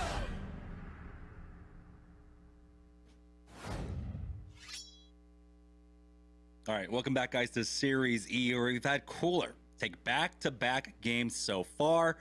They already had 33 points going into game number 2. Let's see the damage they did on the leaderboard. Taking a look at the Mobile One leaderboard now, they're already at 57 points after 2 games, Ziki. Yeah, no, SeriesE played really good. They can rack up to 30 points. They're definitely trying to keep up pace, right? But this lead has now grown by 10 points. Heading into game number 2, Team SeriesE were down by 20 points. Now that was Los Carritos actually. That was down by 20. So yeah, maybe Team SeriesE can catch up, but this is still a 30-point discrepancy between the Croissant Warriors and the second place team in the lobby right now, Team SeriesE. Yeah, no, 30 points is a lot, but 4 games, and like, I don't know, it's getting pretty late on EU. We will see how the EU boys play rest of the games. I mean, you guys are used to delays and playing it out pretty late now. But I mean, I think like right now, like you said, in game number 1, Croissant Warriors, they can just chill. And that's what they did in game number 2, and they still walked away with another victory. And so this could be what they do for the rest of the evening, honestly. Just find a spot, play center zone, and the kills will eventually come to them. And if they play it right, they could just get the W. Yeah, no, for sure. Like, they can even rack up like the record points for like 6-game tournaments. We will see. They're almost halfway there already. 57 points already in the bag. Let's take a look at the Mobile One high performance moment of the match. It's Team SeriesE trying to take control of the north side of the building here. And had to do this because the full south side was controlled, I believe, by them. But here's that jump pad that made it a little bit difficult for Rakanishu, but he's got the PK. He gets 2 knocks. Won't be able to finish them off with that R301. Beautiful, beautiful play coming out from Rakanishu. Yeah, no, he played that bubble fight really well with the PK. I mean, you're just never expecting that octane pad when you're inside of a building, but I mean, it allowed him to get even closer with that. Wait, who threw that one in? Whose octane pad was that? I think it was Bambino's. I don't think it was Bambino's, actually. It came from behind Team SeriesE. Oh. Let's go ahead and do another rewind on that. I want to see where that octane pad came in from. All right, so here he goes. He's going in, right? And then I'm pretty sure I saw the pad come in from behind him. And so, yeah, Bambino's already out, right? He's already running the hell away from there. And then someone decides to throw an octane pad onto him. No, never mind. Yeah, I just missaw that. yeah. Okay. I thought someone was like trying to get cheap third party and be like, haha, you guys go. No, never mind. All right, so that was Bambino throwing that one in, and he tried to just make it a little bit more difficult for them to get through that door, but eventually, of course, Rakanishu is just right on top of them, doing so much damage with the PK. Yeah, no, PK is really strong right now, especially after the massive nerfs. Yeah, I mean, the PK already showed why it needed to be crated. And then, yeah, the Massive getting nerfed definitely already felt bad, especially when I was barely hitting with the Massive in the first place. And the rate of fire still doesn't feel good. You still need like a purple bolt on it for it to be very effective. Here we go. Joining on board with Team Cheez-It, who are our current second place team with 27 points. That's 30 points behind the Croissant Warriors. Team Cheez-It will, of course, be dropping all the way on the southeast side of the zone now, making their way towards Lava City. It's going to be a slow trek there, as this was a very, very northern plane. And so they're going to be a little bit late on the rotate, so hopefully the zone is going to pull close towards them. We'll find out in just a moment. Hopefully we get like something, some fixes on those planes. Like these planes are so bad for the south teams, and like vice versa if it's the south zone, south planes. Ooh, Fallen Angels getting those into a fight. It looks like Post, his squad have decided on another different drop, and those Fallen Angels now who are getting 50-50 throughout all of this. They've lost out on King Agni, but here's I Heart Not Sam. Doesn't have any armor, has only 20 bullets left with that Hemlock, and then Elstar is his secondary, so not quite ready to fight, really. The ping's coming out from Zimby Grunt, excuse me, as they did stick that res onto Agni, but again, does he have anything to fight with? We'll go ahead and use that gravity lift, but I Heart Not Sam has pushed up, has to be careful here. But it looks like Agni is just looking for the fight, looking for an easy trade for them at the very least. I mean, he doesn't have any heals here. Agni will fall, and now here's I Heart Not Sam pushing up the Elstar, somehow missing everything, even though you're just 2 feet away from him. Zimby Grunt falls, and finally, the Dumpsters will be able to clean up a team fight win and survive. We have another fight going across the board, as it looks like Los Carritos were able to wipe out a squad themselves. So we're already down to 18 teams, 54 players. This time around, the zone is pulling up to the north side, just like game number 1. But this looks like, yeah, it's going to be more of a fragment circle. And we do have it, thankfully, coming out from this squad. It is going to be either Frag West or Frag East. And I don't get to see these too often. Yeah, like there used to be like super common the Frag East endings. They've been like more south endings now. Weirdly. We'll see. The ones I'm familiar with, especially seeing like a lot of, is when it would go over to like market side of Frag West, but we'll see. Again, there are plenty of zones that can pull this way. Team Cheez-It though have to continue their looting. They're still sitting on 2 white armors right now, and here's Team Pringles. We were talking about in game number 2, somehow they just blind drop into Frag East, get it for completely free after changing up from game number 1. I'm surprised they didn't change the drop shot again. Yeah. Might as well like land all the best spots. See how free you can get your drops at this point, but they have to be happy about this one at the very least right now. They were able to get Frag East. They got the beacon. They know that it's going to end right here. But what positions would you play? Where do you want to hold here in Frag East or Frag West? We land on epicenter, so we are kind of limited what we want, and like especially right now we just loot and like enjoy the loot, you know. So like the north side is definitely like, if we will very rotate, we will go to the north of the market, double building. Here's Rockstar though on their typical rotate now, making their way through Train Yard, as they found another team right now, but they were not able to get a knock during that rotate. But this might be the opportunity as that team comes out the tunnel. That's going to mean there's less coverage for them. The scan goes down, slowing down Team Rockstar, but here they are going to go ahead and full push onto this. We'll see if there's a team maybe in construction to try and slow down this team, but Rockstar are desperately trying to get these kill points. Oh yeah, there is already team top of the construction, and oh man, like Rockstar is just gonna be like have like really bad time here. Yeah, you could see it looked like an armed fortress construction, just 3 separate angles of fire coming out. So they were just not even focus firing anyone. They were just trying to tag and control that building by itself. So Rockstar, do not give any more chase. We still have plenty of time left in this game. There's 18 squads still remaining with 53 players left. So 1 squad currently playing this one out as a duo. We'll see if they can get a res in the future, but that's pretty nice. They have some secondary loot to pick up here on the south side. Yeah, now I wonder where the EU boys are. Oh, we have fight going on right now. Oh, there's an EMP. They have an armor swap for themselves as well, but it looks like Presley will go ahead and pick up, just throw down the cells for himself. The team playing on basically the triple story there will be forced back. But yeah, Team Pringles are happy to hold this building for now, as Fury's even a little bit split, controlling the broken diner area along with the broken zipline building. Yeah, now there's a lot of teams south side of the cap already. Oh, I would rather be on the north side. There is less teams on north side overall. Man, Matt Pickett with a beautiful spray onto Los Carritos, but Crummy does go down. It's traded though, and it looks like Team Rockstar will just get this building for free. Really, Matt Pickett finding a beautiful entry, did about 200-300 damage across like 2 people through that window there, and allowed Crummy to come in and basically get the first knock and get the free trade. Here's Plane though, trying to push in for this building now, as they've already gotten 1 knock. Voltic has already gone down. Shogun has to trade out though, as he needs to heal up, but Ak is going to be able to pick that one up. So it's a 1-for-1 exchange here, as SYD are now getting punished, but Vanek will get a knock with the help of Ak.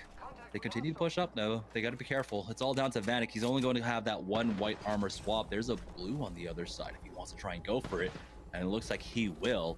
That's an empty one, and that's a bait, but he will be able to heal up. Yeah, I'm surprised there is no third parties. I guess everybody already kind of rotated in. Ooh. Yeah, Rockstar was probably one of the few teams that were ready to try and third party this, but we saw they went to the frag east side, and you know, here it is time and again, the Octanes just leaving their friends, but there's the third party finally showing up. Or it might have just actually just been the reses. They might have been able to just pick up their teammates, and it looks like that's exactly what happened here. So SYD now just down to Vanek. He's gotten cracked already, and he's gonna try and bat up. This team slowly taking their time, even using a defensive bombardment on him. He's on the Octane. He'll be able to zoom out of there safely, but how long will this mouse be able to survive? Oh well, we'll see. There is so many spots in Fragment to hide, so I think he if he get lucky, like he can stay like easily top 5.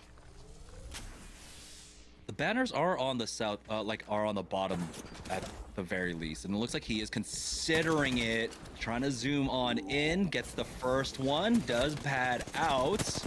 He'll have another pad if he wants to jump in as well, but they're on top of him right now. Was this a mistake? Duplex goes down. Where are the rest of Applejack's Maddox is trying to get that armor swap, and he will be able to actually use that bubble to get that armor swap off.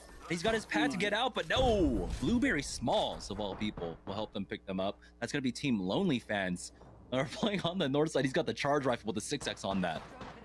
Of course, it's the charge rifle after a beautiful play. They should be able to recover though, Team Applejacks. Be able to pick up his banner, get the res on top. Ooh, the Mimikins were able to take out Team Pop-Tarts throughout all of this as well. And you're gonna go ahead and throw down defensive bombardment. I guess they were worried about the third party coming in, even though really they had already recovered and they just need to heal up. Yeah, that's probably panic. Just panic on comms or something like that. Here's Team Intel having their go at the construction building. Don't know if Team Applejacks were able to get the res quite yet, or if that's why they decided to take the first floor. But it looks like at this point they have not been able to res quite yet. Team Intel are still looking to challenge, taking this floor by floor as they clear this out. The ring's going to continue to go ahead and pull over to Fragment East side. This one's hard to call. Might have another fight as well. 6XZ is over by Epicenter right now. As you can see, they've got the pings down. They've got a team on top of this hill. Yeah, now that's a really good fight to take on that hill. Like if you control that hill, you're gonna be really decent coming to the end game. A lot of teams over here by construction now. Rockstar have made their way over here as well. Team Intel were trying to get out of dodge, and we got some decent damage off onto them, having some difficulty with the elevator shaft there, but will be able to rejoin his squad. 6XZ gets the first knock in their fight, taking out Nuggy. Come down to a 3v2 for them over by Epicenter. Looks like a mobile respawn beacon was dropped down by Applejackson, so that's what happened. They gave up the position because too many teams were coming in. They're able to get the mobile res off, or they should. And just with Rockstar coming in for the third party onto Team Intel, now that's going to allow them a free res. Team Intel are the ones that are just pinned down here, and Applejacks now are playing from the outside. Yeah, there's a lot of action in construction. Oh wait, we on the east side? Yeah. Well, we are now, as they have traded. Aketu taking out Joey Blackout, as Rakanishu will go ahead and push up and is able to use his jump pad. This is the House of Horrors, the jump pad House of Horrors now, as Rakanishu finds one more knock, enemy to go down. Is really... oh my goodness, this is literally just a clown fiesta at this point. But they do ultimately get the fight, so the Mimikins do get cleaned up here. Team Cheez-It will be able to pick that one up, and Rakanishu showing off his horror and frustration with that jump pad will be able to clear that one out. Throughout all of that, though, Rockstar haven't got in a fight so far, but it looks like Applejacks are winning that one out currently. It's all up to Crummy here left for Rockstar, as Applejacks will try and finish them off. Crummy now on the roof, but he's still in a 1v3. I wonder, where is Team Intel throughout all of this as well? They had Wasn't to really rotate able to north keep track of the kill feed. Oh, was that? I think they had to rotate north. I don't think they died yet. I might be wrong so though. Team Intel might have moved up north, taken possibly the diner building on the north side of Frag West. But here on the north side of the zone, Rice Krispie Treats are pinned down. Study's gonna pop that port for his squad. Just to actually rejoin them now. And ultimately, Applejacks will be able to finish off Rockstar. Here's Bird, only getting the 1-for-1 exchange throughout all of this here, though.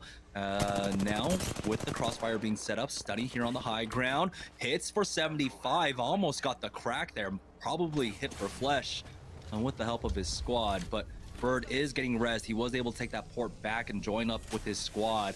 But that does not look good. He's slow healing with syringes throughout all of this as well. There is the Phoenix kit. That's going to be another 12 seconds for that you need to buy for him. And Stunny is already prepped over here on the north side to try and rotate into Frag West. Yeah, they already used their TP. So this sliding down is the team on the big 5-story. What's this? Gonna be really rough. Now they are making their move. P-Fitter does have his Nox gas grenade to work with as well, but it looks like they're just going to bide their time. They're pinging the bridge, strangely enough. GAN are the team that are currently holding down on the 5-story, as this ring will continue to pull up towards the north side of Frag West. Playing over by Market, as you can see, the ping's going down by NPL. They've got control over the broken building to the south of Market. Phony on Team Pringles, he's got himself a Kraber with almost full ammo as well. That Gibraltar just standing still, but he somehow misses that shot. Yeah, no, that's super unlucky. He literally shoot and the Gibraltar same second moves. Super unlucky. And he's still pretty far off from that Evo shield. If he could hit that headshot, he'd basically be halfway to getting that red Evo for himself. But again, he's got plenty of ammo to work with. Luckily for them, this ring, this building is still in on the next zone, and they can always of course just hop on over. There we go, the Kraber shot connecting onto that one. EMP going down on that squad as well. Mini will fall, and so Team Cheez-It somehow, well, I mean, I say somehow, but it looks like it's just a lot of snipers in the area completely punishing them. Yeah, now they full open there. They're a really bad spot for them to be. A lot of like houses where people can literally just snipe. Yeah, you can see Fury's trying to set up an angle for himself as well, but we'll go ahead and back up. Doesn't overstay his welcome, as they have a decent spot. They'll be able to control the bridge, it looks like, and we know that it's NPL that's playing in that broken building for the time being. Good damage from Fury with that triple take, but he's about to run out of sniper ammo. Yeah, he need to swap out the gun right now. Probably like if he can find Eva or Mastiff, that will be huge for him.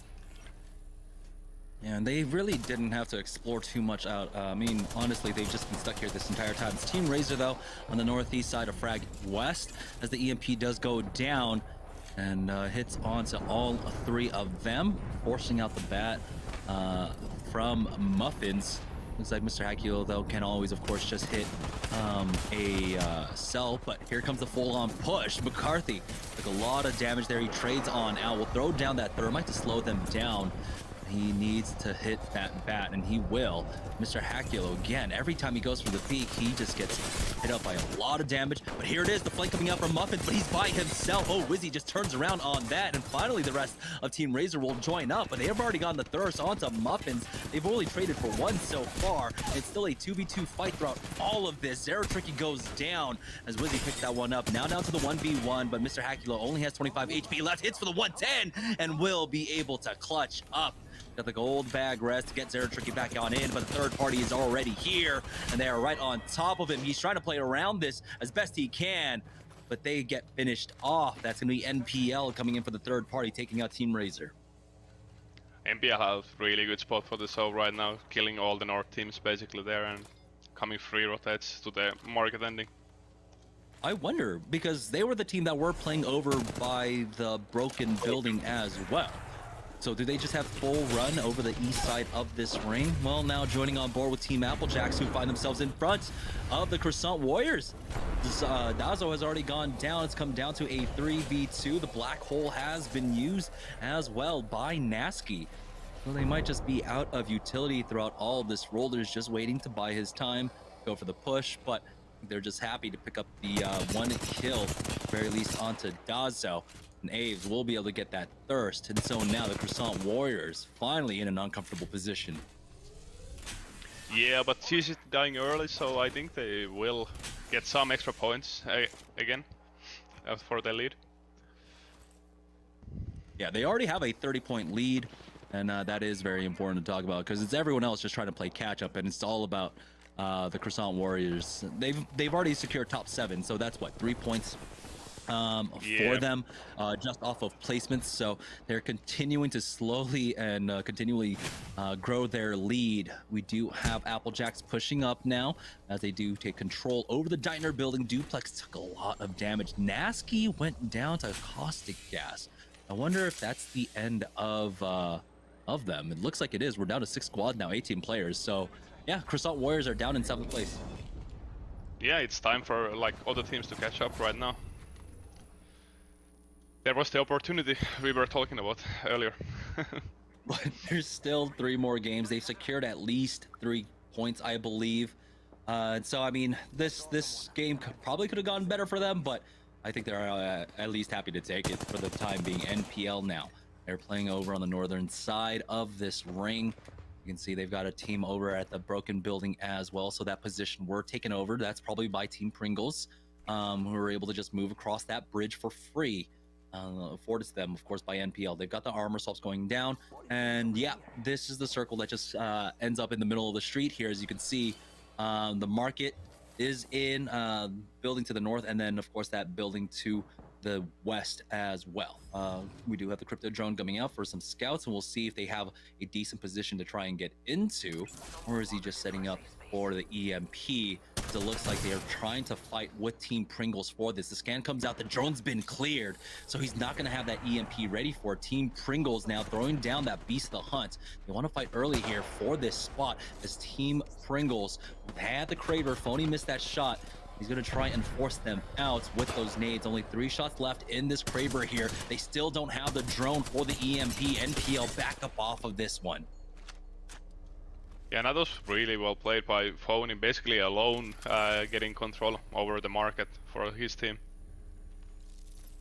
Now, it looks like NPL should have their drone back up if they want to make another push for this. But yeah, Phony has been setting up. His Beast the Hunt is gone now, though. So this is the opportunity that NPL need to take advantage of. But you can see good sight lines for Team Pringles on the entirety of that building. It's going to be hard to get a drone out for free if they keep an eye on it. And now with 5 seconds left to go, this zone is starting to close in. 6 squads remaining. And actually getting a better look at this ring. Never mind. I thought the north building was actually in, but it isn't. And it looks like Market might be only play. Okay, it's just the HUD bug. Never mind. Yeah, no, it ends on the west of the market on the street. Pretty common. Pretty common zone. GAN, who were holding that that building to the north that entire time, are now finally getting punished. Blueberry Smalls gets one knock, and it looks like Rolders will be able to finish off Nacho. GAN down to a solo. Applejacks now. As you can see, Duplex is the kill leader in the lobby. He's got 3 so far. Playing on the west side of this building. He's got to be careful of the 2-story here. There's a squad that have control of the inside for the time being, and they've got a caustic. So this is going to be a very troublesome fight to try and take. It's because of how long this fight can take. They have the opportunity to just slow them down at every entryway, throwing down barrels. But it looks like Applejacks, they want to commit onto this fight, and they need to do it now. Another barrel going down, but this might be it. You might just have to run past them.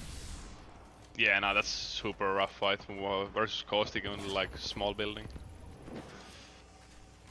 And there's only two ways to get into where this team is playing. So you have the stairway here, but there's 2 entrances. As there was the knock, but it looks like they were able to quickly get that res as well. Applejacks are trying to find their opening, but now an EMP comes in as well. There's 30 seconds left to go, and they still need to deal with this team. It looks like Phony was able to get a knock on the other side here, and so they are in a fight themselves. The zone is closing on up. NPL have gone down. It's down to 5 squads, 14 players remaining here as Applejacks are trying to find their opening. Team Pringles, though, have full control over the market side now. They're punishing all the squads that are rotating through as Phony just backs away. Might have been able to just get some ultimate excels because he used that Beast of the Hunt pretty quickly here. As Team Pringles are just cleaning up so many kills now. Take a look, Presley picking up 2 himself. They've got the team pinned down inside of that building, get some good arc stars, forcing them out and doing some decent damage, splitting them up as well. Throughout all of this though, Applejacks are still trying to take their fight now as the ring is closing on up, but it's gonna be Team Pringles that have the full basic priority now on this zone. Applejacks are trying their best to deal with this squad, but they're taking so much damage. Team Pringles know that they have the win in their back pocket. Yeah, no, definitely. This is Pringles' game. Like, they can't even throw this game. Whenever someone says that, though, teams find a way. But it looks like, yeah, they've got their base covered. They've got the defensive bombardment going down on the outside of this building. They're slowly advancing. They're getting the knocks. They brought it down to a 2v3, I believe. As there they go. The defensive bombardment did a huge connect onto them. They will be able to finish this one off. Team Pringles will finally get a win in the day. And that means maybe a squad can catch up now to the Croissant Warriors. Yeah, no, we will see. I think Pringles had a lot of kills there also. Yeah, if I'm it not seemed like they mistaken, picked up had a lot of the kill points in that game, just like in game number 1 that the Croissant Warriors did. So that does mean, though, that game number 3 is done. We have hit halftime. We're going to take an extended break, but when we get back, we'll have more Series E after this. Imagine you love frosting and filling. I do love frosting and filling.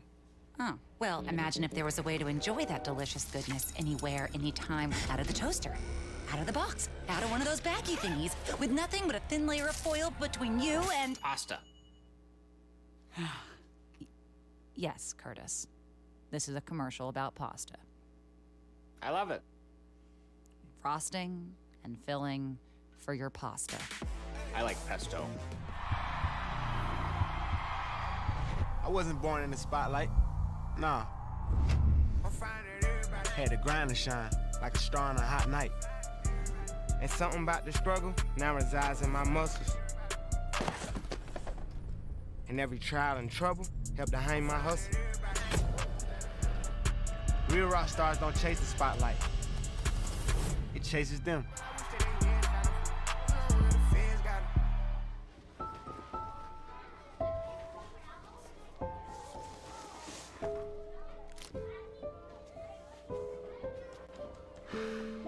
Hey, shake it, kiddo. Love Dad. Oh.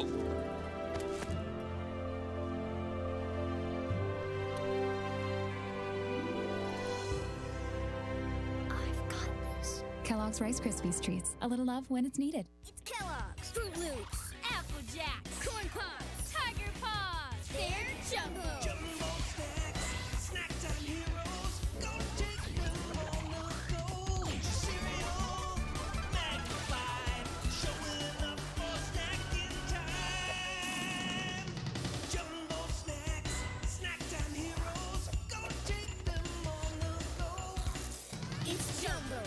snacking. It's Jumbo Snacks.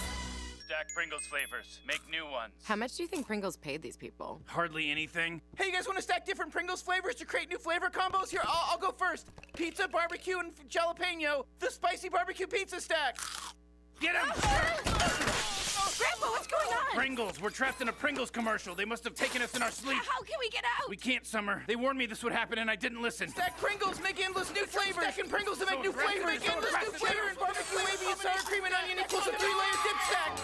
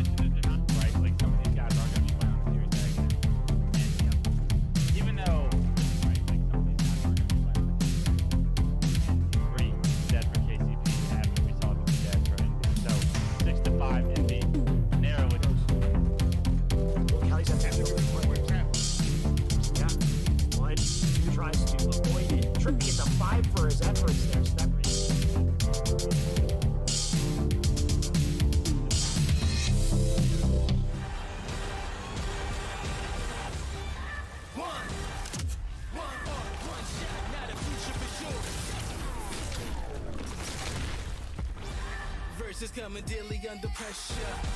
Working on applying the scheme. The true sign trademark is at the edge of your dreams. I'm talking. Yeah. One shot, now the future is yours.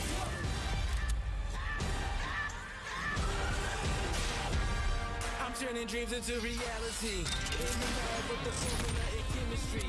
Your memories spark and motivate and make the industry shake. Get the balls in the breaks. I'm talking one chance that was so close for the go. It's one shot, now the future is yours. Go!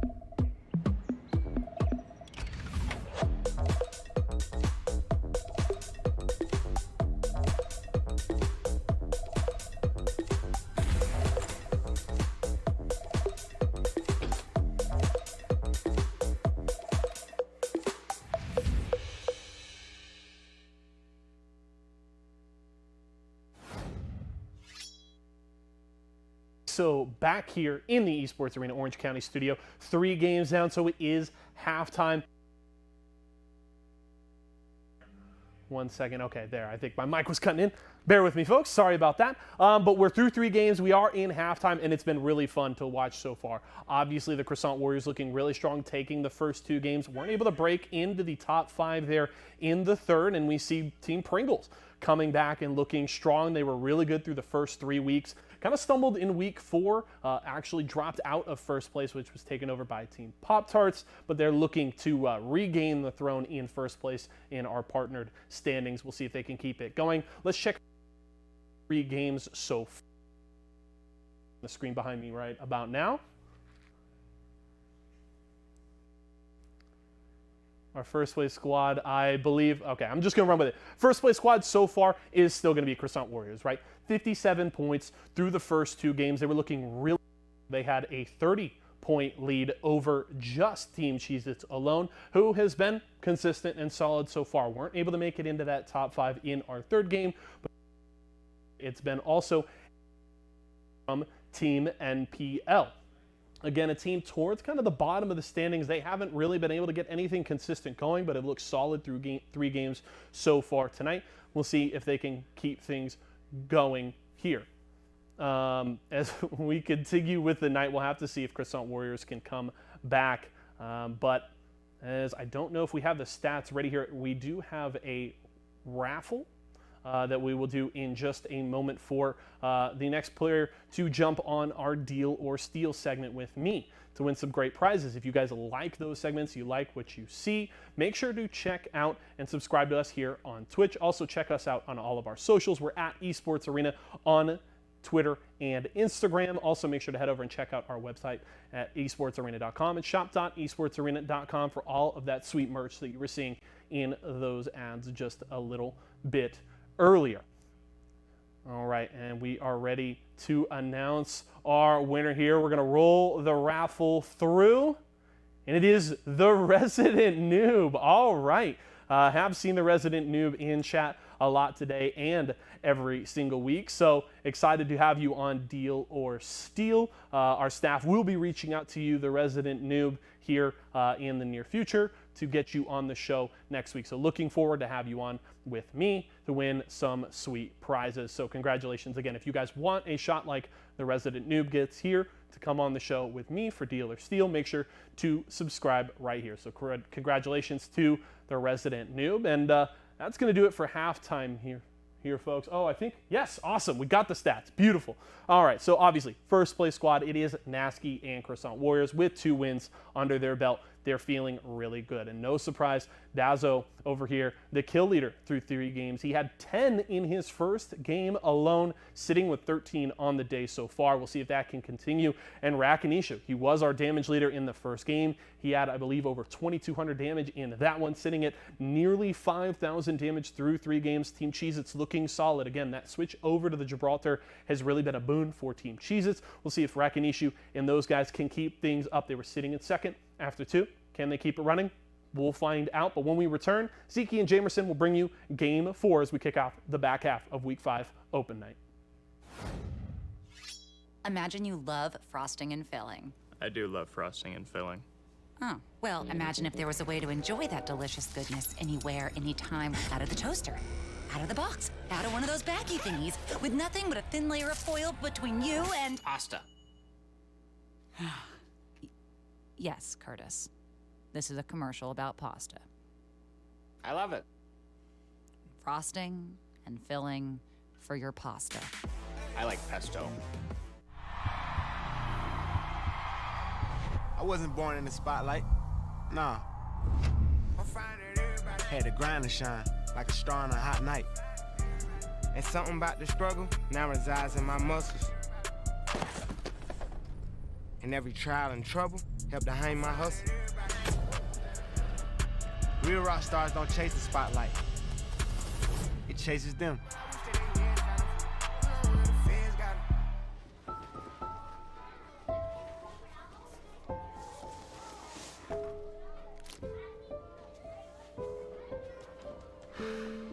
Hey, shake it, kiddo. Love Dad. Oh.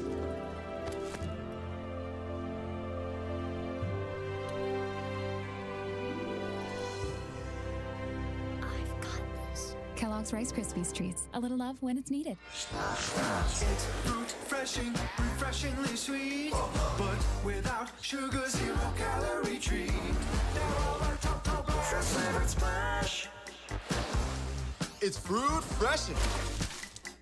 Team, it's been a grind, but I think I've aged you well.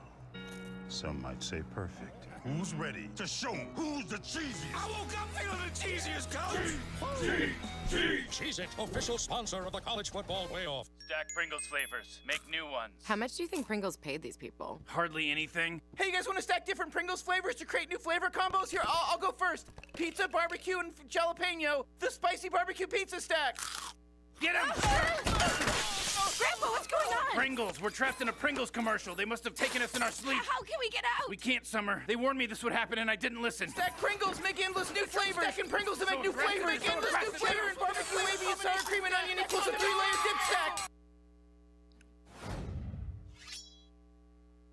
All right, guys, welcome back to Series E. We just had our halftime break. Now, remember, we have a lot of fun things going on over here at Series E, and if you want to get involved, especially with our Deal or No Deal game, that is open to subs. So, sub up to the Esports Arena Twitch channel right here, and you will have a chance at entering in our Deal or No Deal game. But now let's go ahead and deal with the business at hand, which is SeriesE Open Night. And let's go ahead and take a look at the leaderboard. And so Team Cheez-It have cut into the Croissant Warriors lead a little bit, but now they're still trailing by 28 points, Ziki.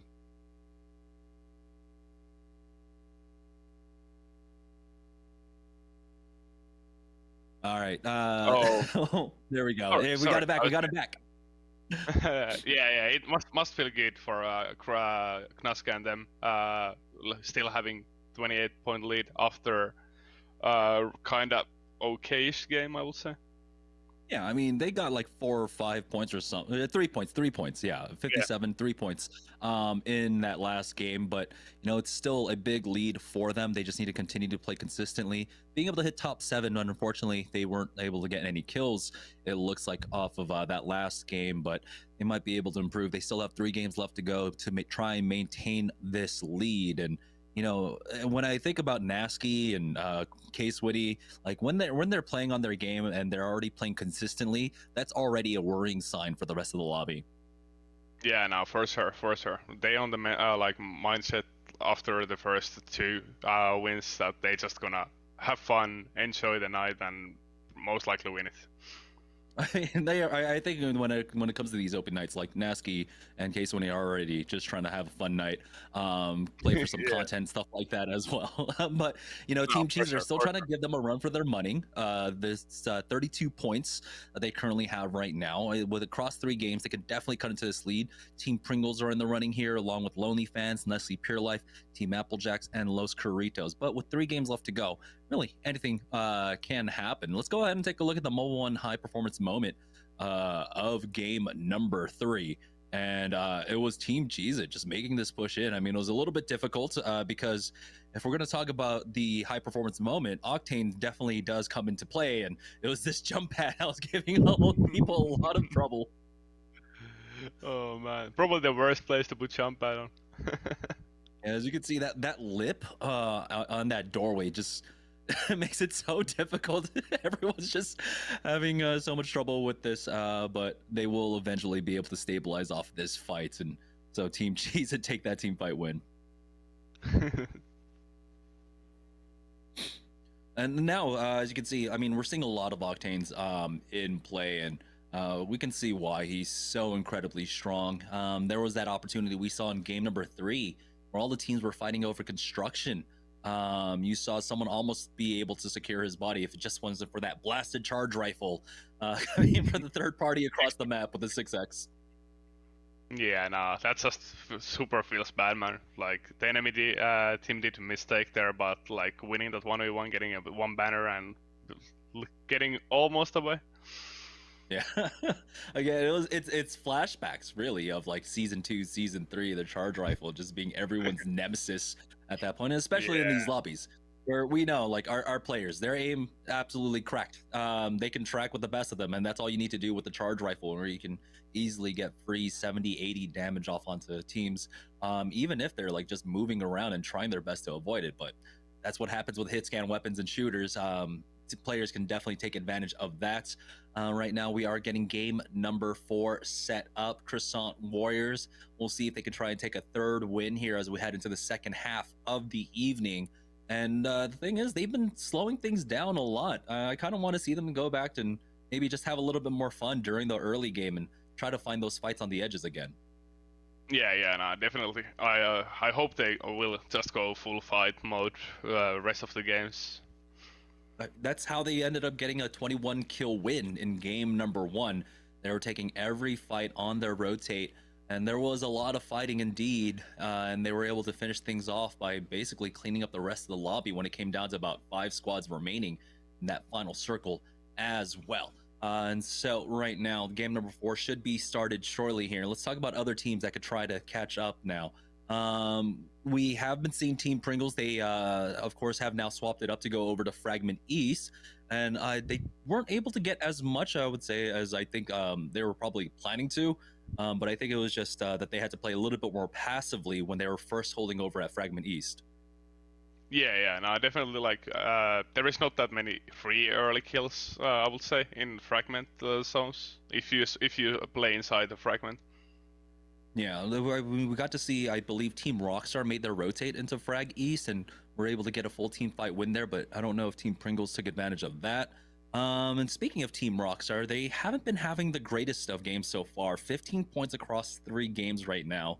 They've been consistently able to find fights at Train Yard, but in game number 3, they weren't able to hunt down that one squad that was rotating through. So just small timing things, but it's been difficult for them to try and find a late game position. But here we go, heading into game number 4, joining on board with Team Pringles, who they are getting challenged off the drop this time around. And so there's another full squad. As you can see, Fury has to be careful as they landed on the east side. They have control over the diner building and such, and it was the hot drop zone as well. And so they're not going to be able to secure all the loot here. Already 2 blue armors for them though, and so if they find the weapons, they might just turn around on this fight. Yeah, and will not be a bad fight to take, especially with like double blue off their drop. Pretty good guns also. As you can see, Phony is still looting up here, and I don't know if they were able to hit the beacon. It doesn't look like they hit the beacon quite yet, and I think that was just off the back of just so many teams in the area. No have to worry about Frag West. It's going to be triple blues here, and that was the ping to make Team Pringles decide they want to push the east side of this town. We'll see how good their fight is. Alternator Flatline, or Alternator Wingman for Phony. This is something that's doable. They have another blue armor swap as well. The team is a little bit split up. 1 on the left, 2 on the right now as they are making their way on in. We'll see if that thermite pins them down long enough, as we do have the ring going down all the way over to Thermal Station.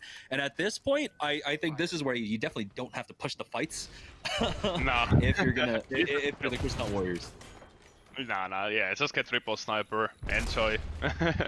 Easy Triple point. sniper, free kill points for them. Yeah. Team Pringles did try to push this building, but it looks like the squad was able to reconnect, and now the timing on this fight is probably over. They'll have to worry about squads coming in from Overlook, coming in from Refinery and Epicenter, and they just back away off of this one. They had the free armor swap as well. And so it was very unfortunate for Team Pringles, but the other team, they did a good job of just keeping them at bay. Yeah, and that must feel bad for Pringles, having like the really good drop spot and then somebody just interrupts. And doesn't even really want to fight, it just holds it down. Oh, Cooper got baited by that drone as he was caught in the reload after he tried to clear that one out himself. They lose out on 2. It's only Lady Death that's left on this squad. And again, trying to challenge for Harvesters already bad enough. The loot isn't quite there, and then losing out on your team that quickly, that's a pretty feels bad moment, as it looks like Los Corridos are trying to finish him off, but it's an Octane. It's hard to catch up with him.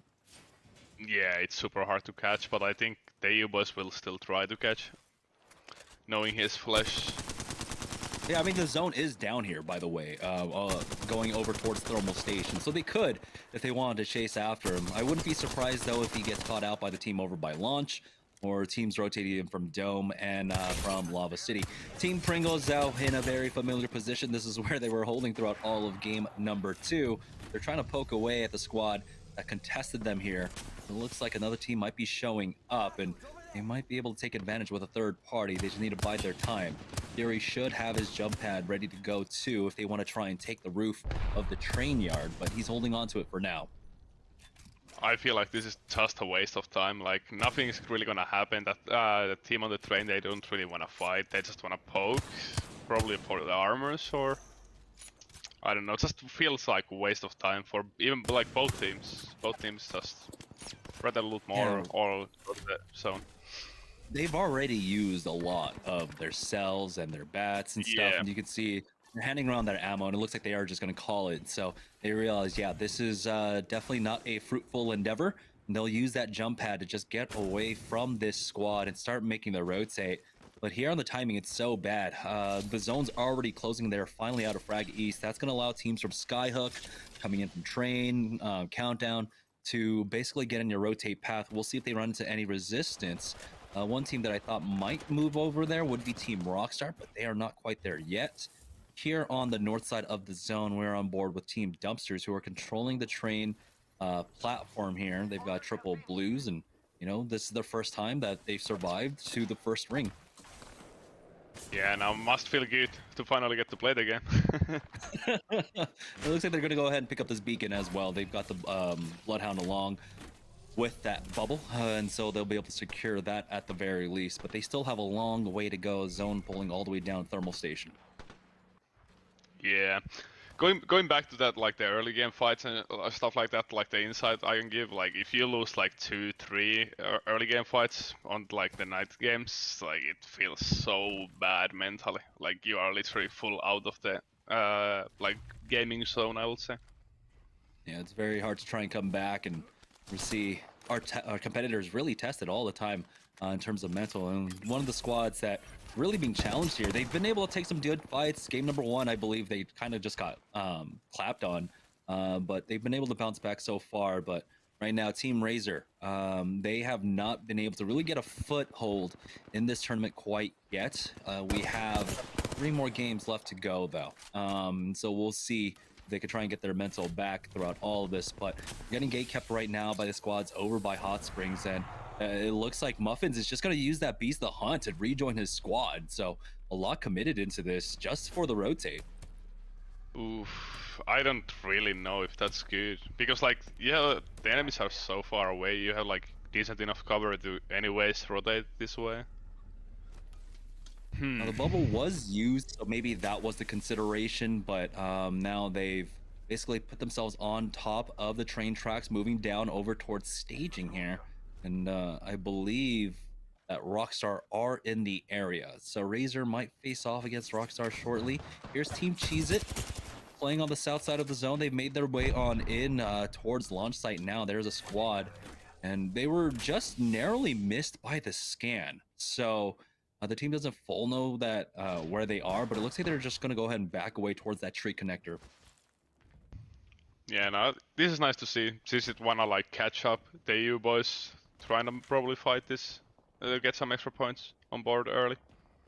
Yeah, they're down by 28 points. They've been able to successfully make it into the top 10, top 5. It looks like for Team Cheez-It.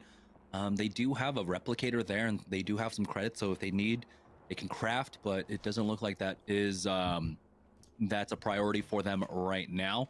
Just continue to pick up loot, find some more utility here, and clear out their back, as they're not going to commit to the connector side. They're just going to go ahead and try and control this building here.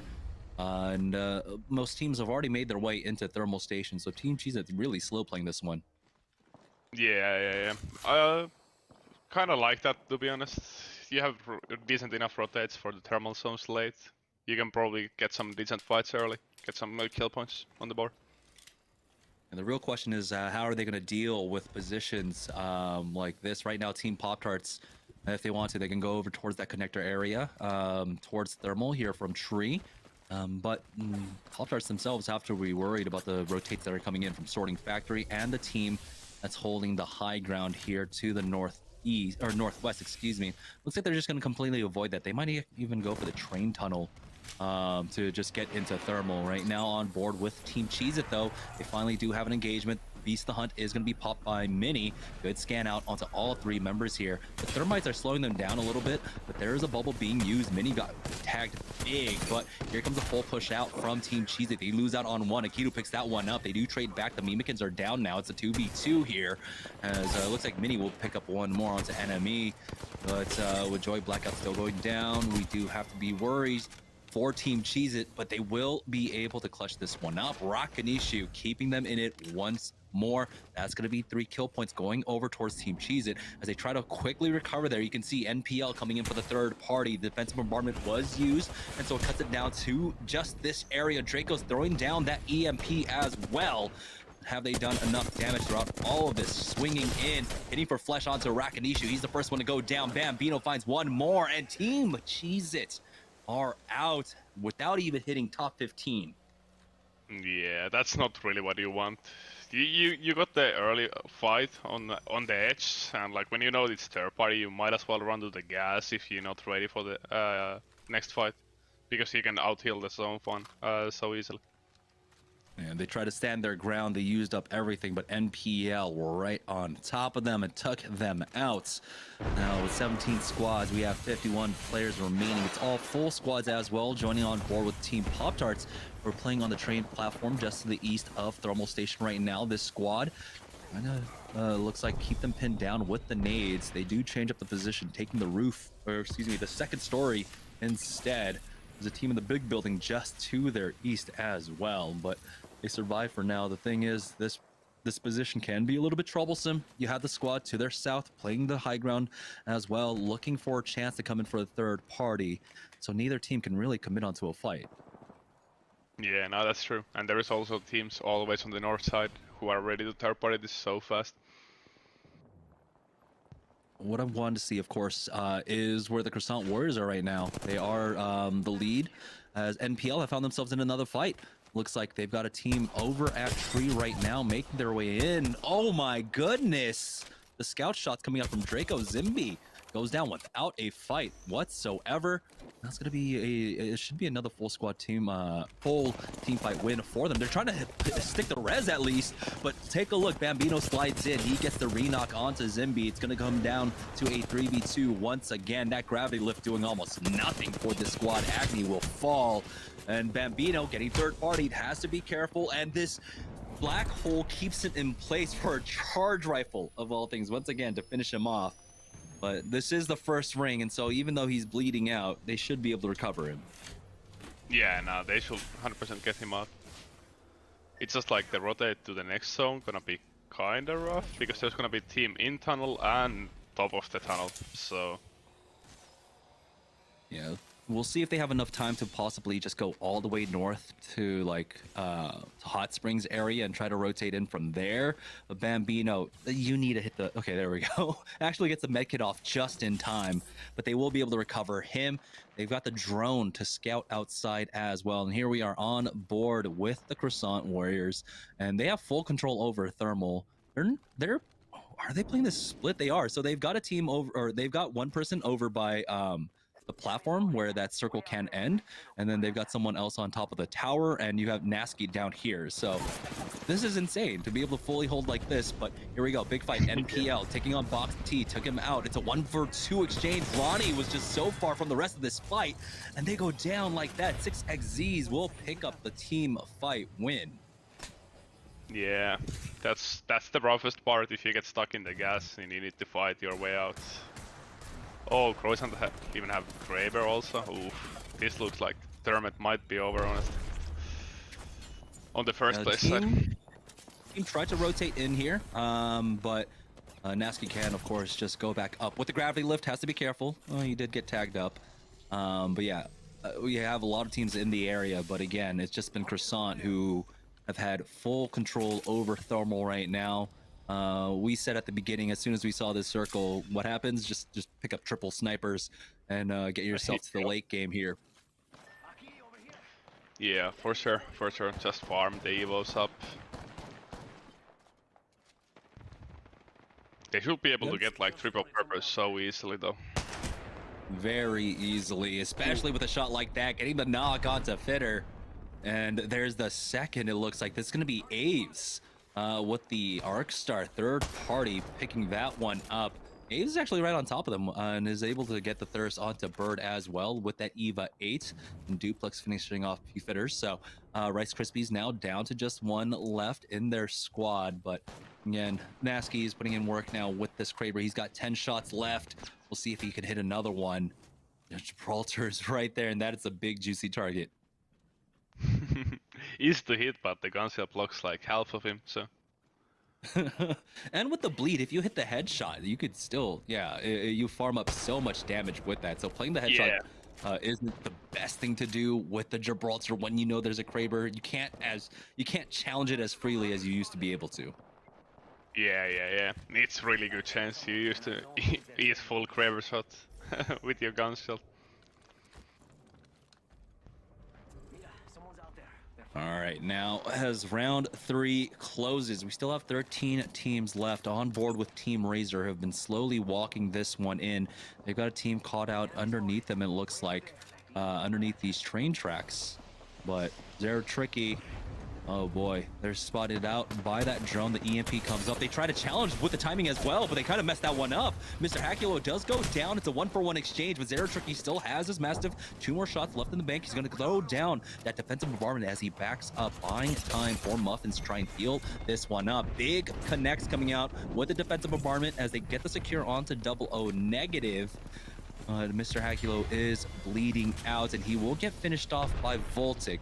He still should have the numbers advantage throughout all this. Never mind, it's a 2v2. The Muffins almost got the knock onto that Bloodhound, but no, he has to swap off weapons. And Team Razor go down. AMV pick that one up, and what a surprising turn of events. Was that the third party, or where was the crypto EMP came like earlier on the fight? I'm not entirely too sure what happened throughout all of that. SYD, though, got themselves into a fight over here. They were able to clean that one up, but they lost out on Vanek, and they need to get the res as well. No team punishing them quite yet. I'm surprised that Rockstar maybe don't have their eyes set on that, but they do have control over a very strong building on top of the hill. The respawn buildings over here. As you can see, a full team caught out on the platform to their southwest as well. Team Pringles starting to pick up some kills so far. It's a 1-for-1 exchange for them, though. They've lost out on Phony for the time being. Team Rockstar are trying to turn the screws on this squad. As you can see, Tech and them are trying to advance with Matt Pickett holding the high ground angle. Yeah, no, they probably has the best spot on this current zone right now, especially when they have the boathouse control on them. And they've got the defensive bombardment down on the squad as well. No bubbles coming out. Big connects onto red Evo shields. So that's basically just like the equalizer here. Arcstar to even force them out a little bit more as well. The crossfire is set up by Crummy, still hitting for the red Evo. Not really able to do much else as Tech gets turned on by that squad. They lose out on him. Aves picks that one up with the frag grenade, and Rollers will be able to secure it as well. And so Team Rockstar just took a little bit too long on that fight, and now they're going to be forced to play this one out as a duo unless they can recover the banner and get the res. Yeah, I think they went too ham on that fight, because like the enemy team needs to push on them. They can just hold them off. Now, a squad that doesn't have to really push or do anything at all. Nasky still with the Kraber. We saw just a moment ago, I believe, he got a knock onto 90. So one headshot, he'll have that red Evo shield for himself as well. Defensive bombardment going down in front of them, forcing out the Gibraltar Dome as well. Black hole going down. No one is caught in it for the time being, but they do at least secure that thirst. And the ring not pulling too far away from them, so they do have the opportunity to just drop down and play jungle gym when they need to. Rockstar, though, now finally getting punished. Those Team Applejacks now that have turned things around. Remember, it was Rockstar who had full control over this building, but now Applejacks are just down to Crummy. But here's the third party coming out. Ack gets the knock onto Rollers, and Crummy will secure that kill for them as well. Trying his best to climb up, but during that, he gets spotted out by Mooney. AMB picking up some much needed kills here. And now they have stolen away one of the best spots in this ring, but the ring does pull away. It looks like the high ground is still available for this next zone. Yeah. High ground is still a really good spot to be. We'll have a sliver of basically this compound to work with here.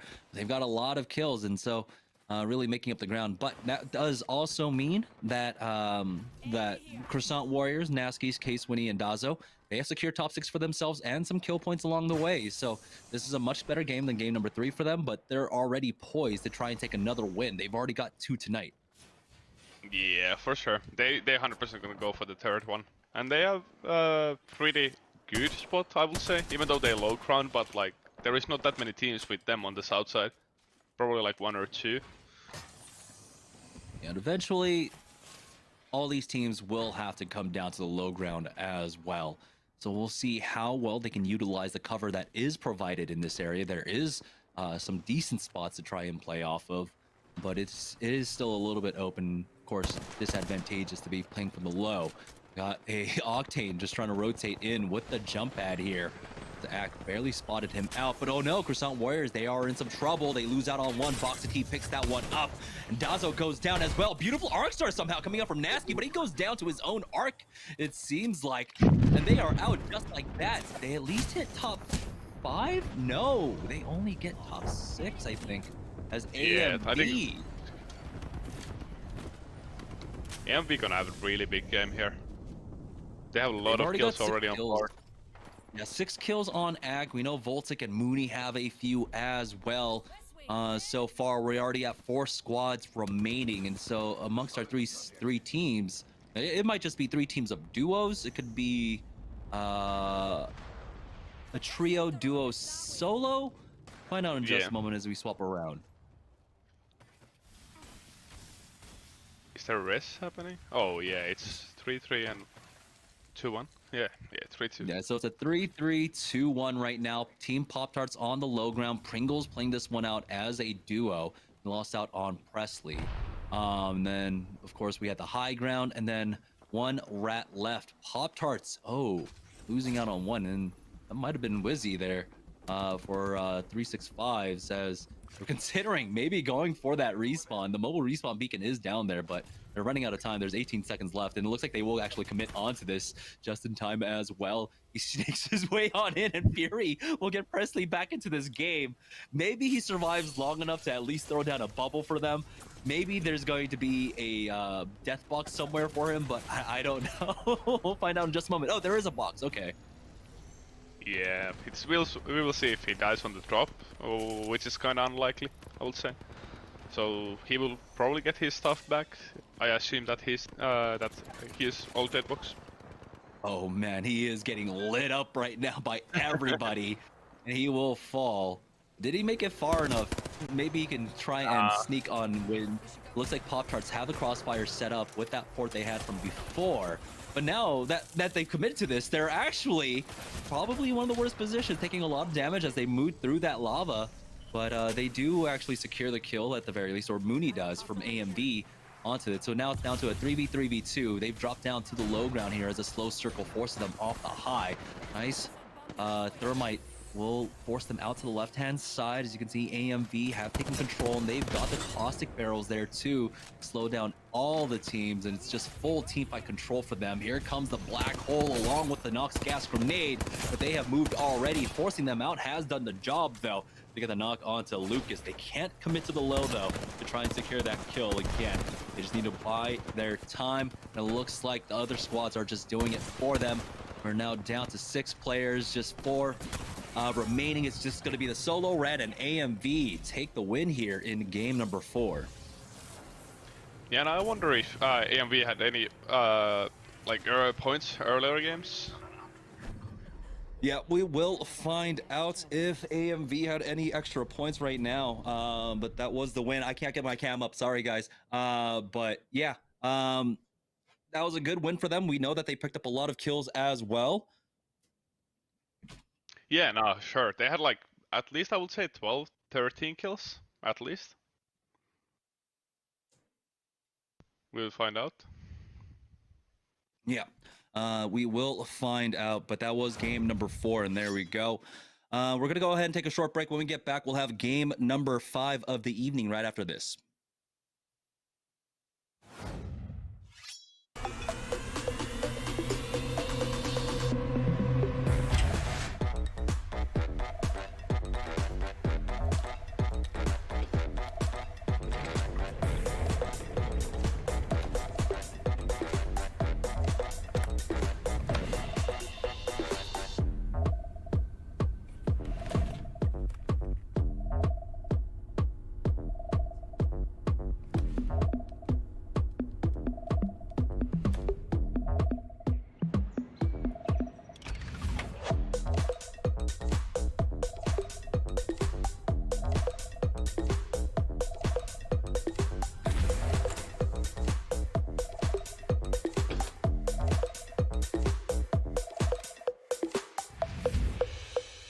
Imagine you love frosting and filling. I do love frosting and filling.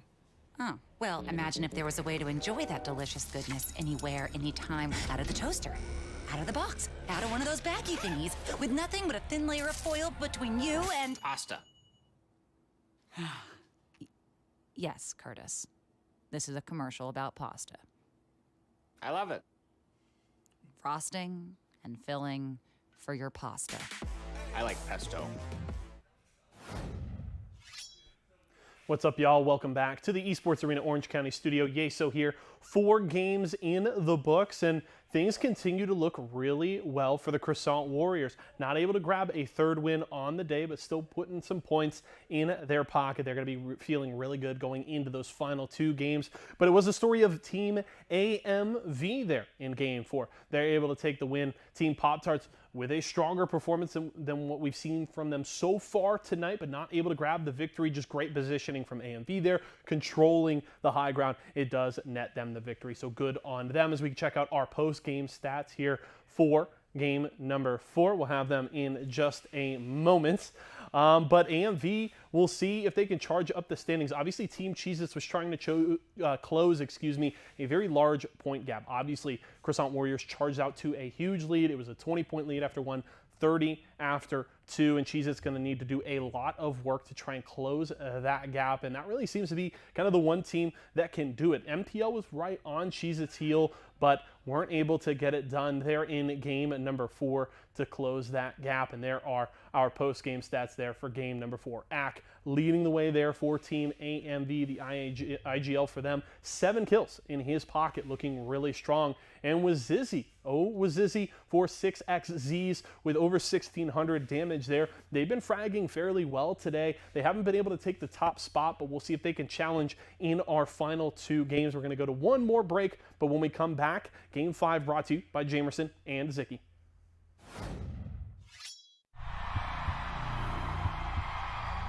I wasn't born in the spotlight.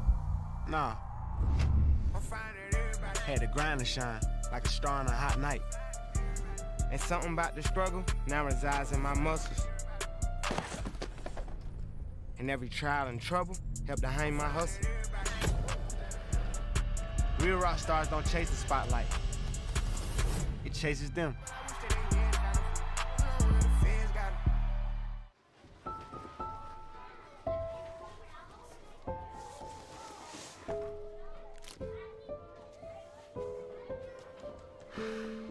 Hey, shake it, kiddo.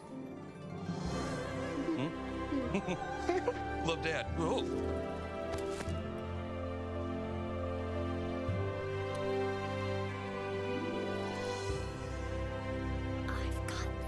Kellogg's Rice Krispies Treats. A little love when it's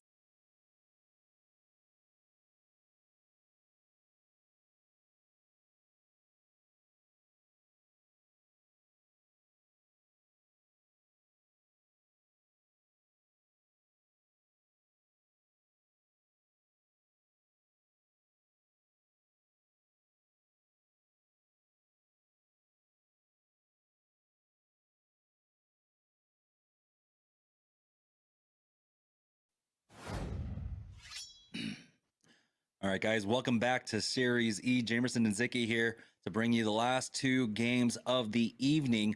Before we head into game number 5, let's go ahead and take a look at the leaderboard here to see if anyone's caught up with the Croissant Warriors, and it looks like they have.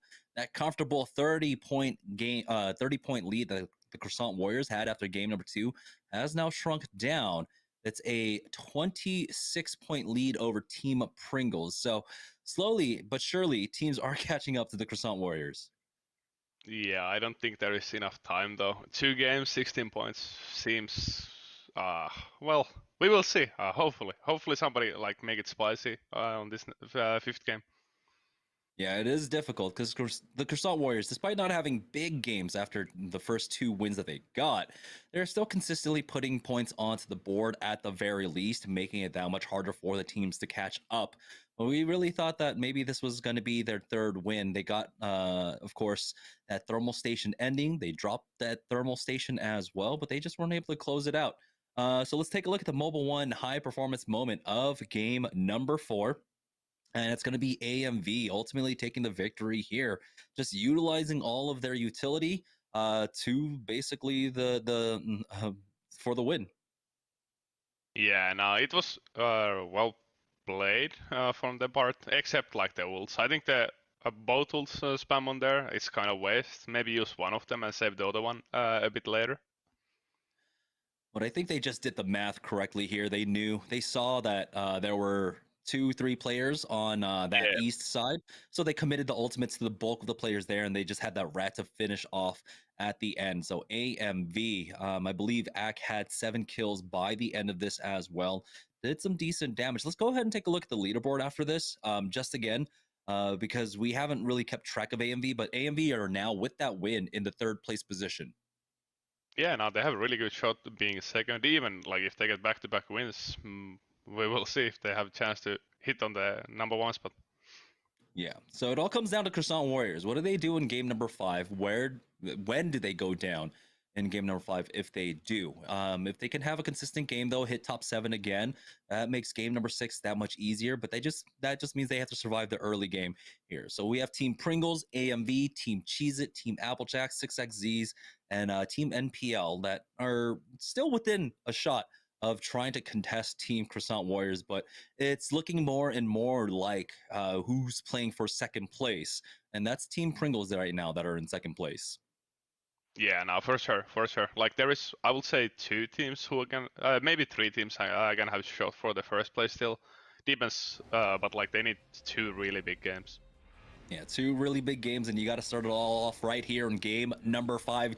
Joining on board with Team Applejackson. This is more of a fair flight path that we're finally seeing. I mean, the first 3 or 4 flight paths were just basically on one edge of the map, but this one is going straight down the middle. So teams should have almost similar priorities in terms of rotation here, but Applejack's over by tree. Doesn't look like they have a beacon, and so that might mean that Rollers has to go over towards the thermal side to try and pick one up. Yeah, no, Applejack's, I think they were still on like shot for the, especially for the 2nd place, they still on the money. To see how good game they have.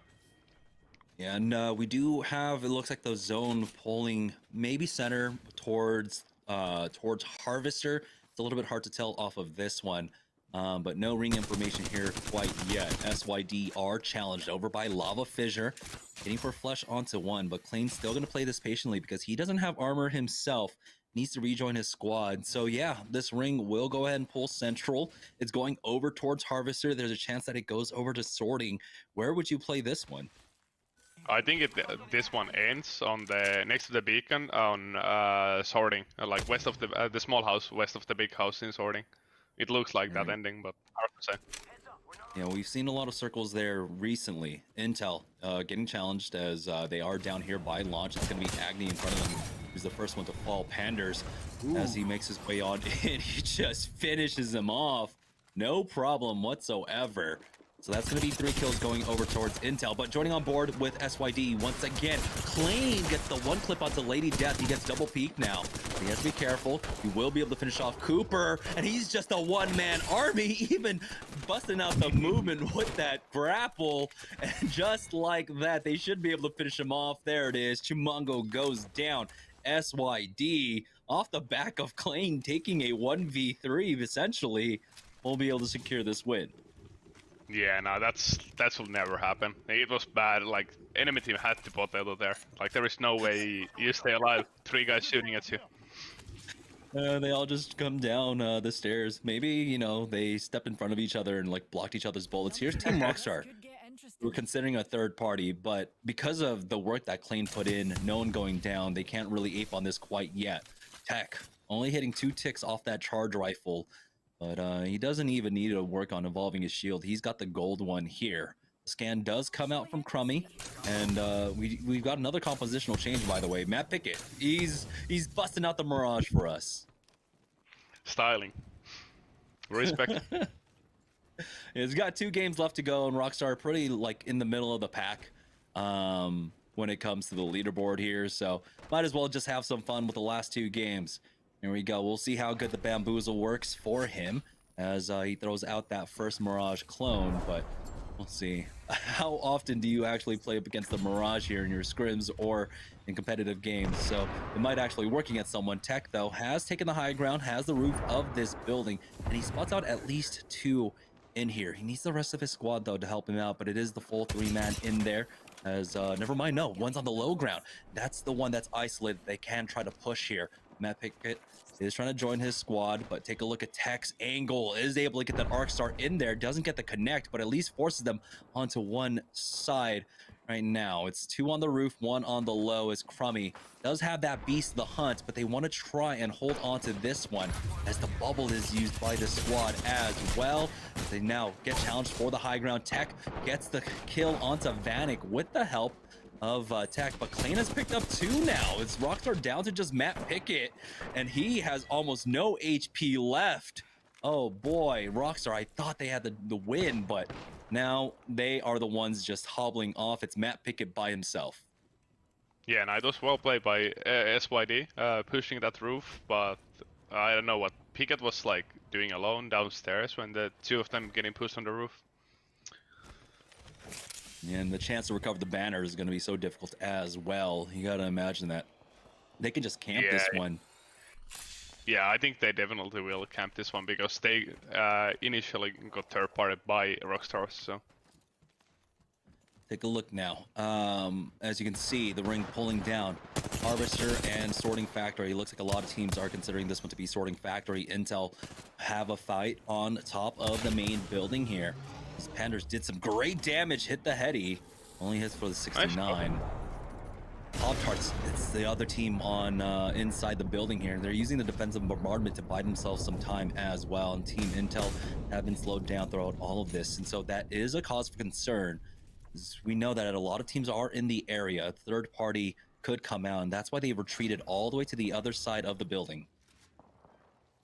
Yeah, and I'm surprised they didn't like full ape the like inside after really nice shots from Intel, like the wingman's connecting headshots and like extra damage before that. Maybe there was potential to push.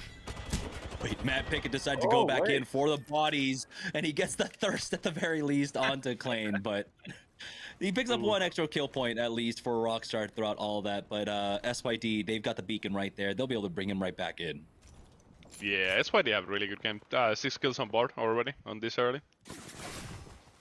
And at this point, no other teams are in the area really to try and third party them, so that's going to be a free recovery along with a lot of items for them to loot up as well. Looks like a second go coming out from Team Intel as they're starting to set up the crossfire to try and go in, but the scans keeping them at bay, and they really can't get much going throughout all of this. Team Pop-Tarts, you can see how passively they were playing.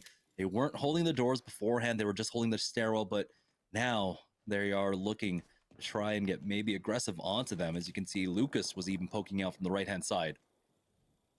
Yeah, no, they really wanna send the other team back. Like, it's so annoying if you get constantly poked on your side of the roof.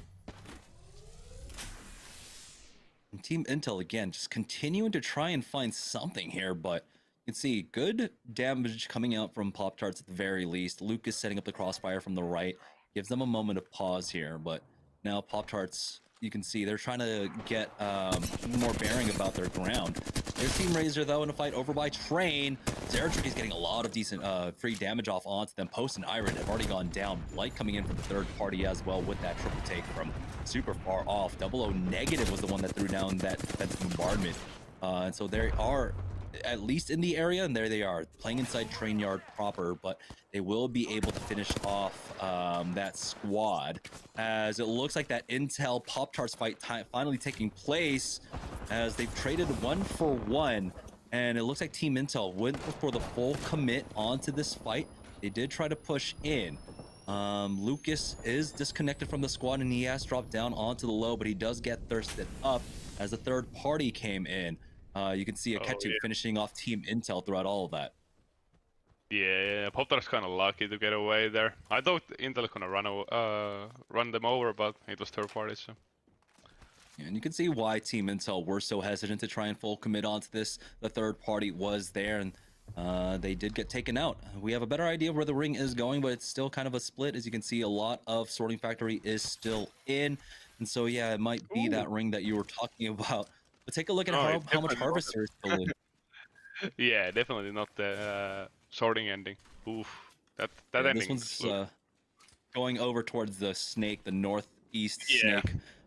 I think of Harvester here, and Applejacks are just playing train tunnel connector. They've got a team in front of them though. 110 onto the crypto, and they're gonna go ahead and full push onto that. That's NPL. Draco's going down as they try to come in for the flank. They will finish them off. Applejacks still need to recover here on the rollers. Bubble down as well. They fully reset after this.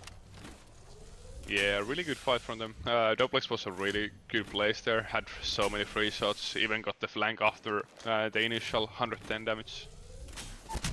A lot of damage there, but now it's SYD trying to rotate out, but they've been caught over here by Hot Springs. Shogun has gone down, so that does mean no bubble for them. We'll see if Vanek has maybe a jump pad to try to get him to safety. It's Klein, and we'll go ahead and use a zip line to try and get up onto the high ground here. But again, it's about trying to recover their third as well. On board with RKT, down by staging. They've got a squad in front of them. They got multiple squads actually in the area, and so they retreat into the safety of this office. Yeah, I don't really like staying inside the staging, especially on this zone. It's gonna be a rough rotate. There's gonna be a lot of teams already Harvester. Maybe if they can get this Harvester heal, they can have some breathing room. Yeah, they get the respawn building, it looks like, for free, so they can play off the hill if they need to. We do have teams rotating in from this side of the zone, so being this close to the edge will work out in their favor. They've got a Spitfire with the blue mag as well, so Bird can really lay down the fire onto any teams rotating in. And again, they're weighing their options at this point. As you can see, more teams rotating in from the western side. It's going to be more food for the fodder at this point. As a good scan comes out from AMV, there's a team inside the Dorito building right now. Ack throws in the Arcstar one side, tries to push in from the other. Door is covered, gets a good stick with that Arcstar, and even closes the door on him. The knock onto Vanek, and Klein gets finished off. Good fight by AMV. Good start for AMV. Like, they were the third on the points before this game, and like now they have like 3-4 kills already on the board. Yeah, and as half the lobby is dead, we still haven't seen much out of Croissant either. And so that means that the squads are starting to catch up, and that's what we're seeing. Croissant, though, are in the fight over here by Train. Looks like they are finally looking to take some early game fights. Remember, they came from Thermal, right? They drop over at Thermal, and they're all the way over here by Train. It's kind of a weird look, but they back away from this one, as it looks like the fight just was not favorable. They do have all the train tunnel to work off of, but Nasky's getting chased down, and they're starting to back away from this one. Zone's closing, so they could turn around at any point and try and take this fight once the zone catches up to that squad. Yeah, I think the other team needs to back off. Like, there is no way you come through the tunnel, like with the gas on your back, team holding it. Okay, Swinny does have that zip line for them to take control of this hill, and somehow this is just completely free for them as they spot out the team that was playing over by that respawn building right now. K-Swinny, 191 damage off from that purple Evo.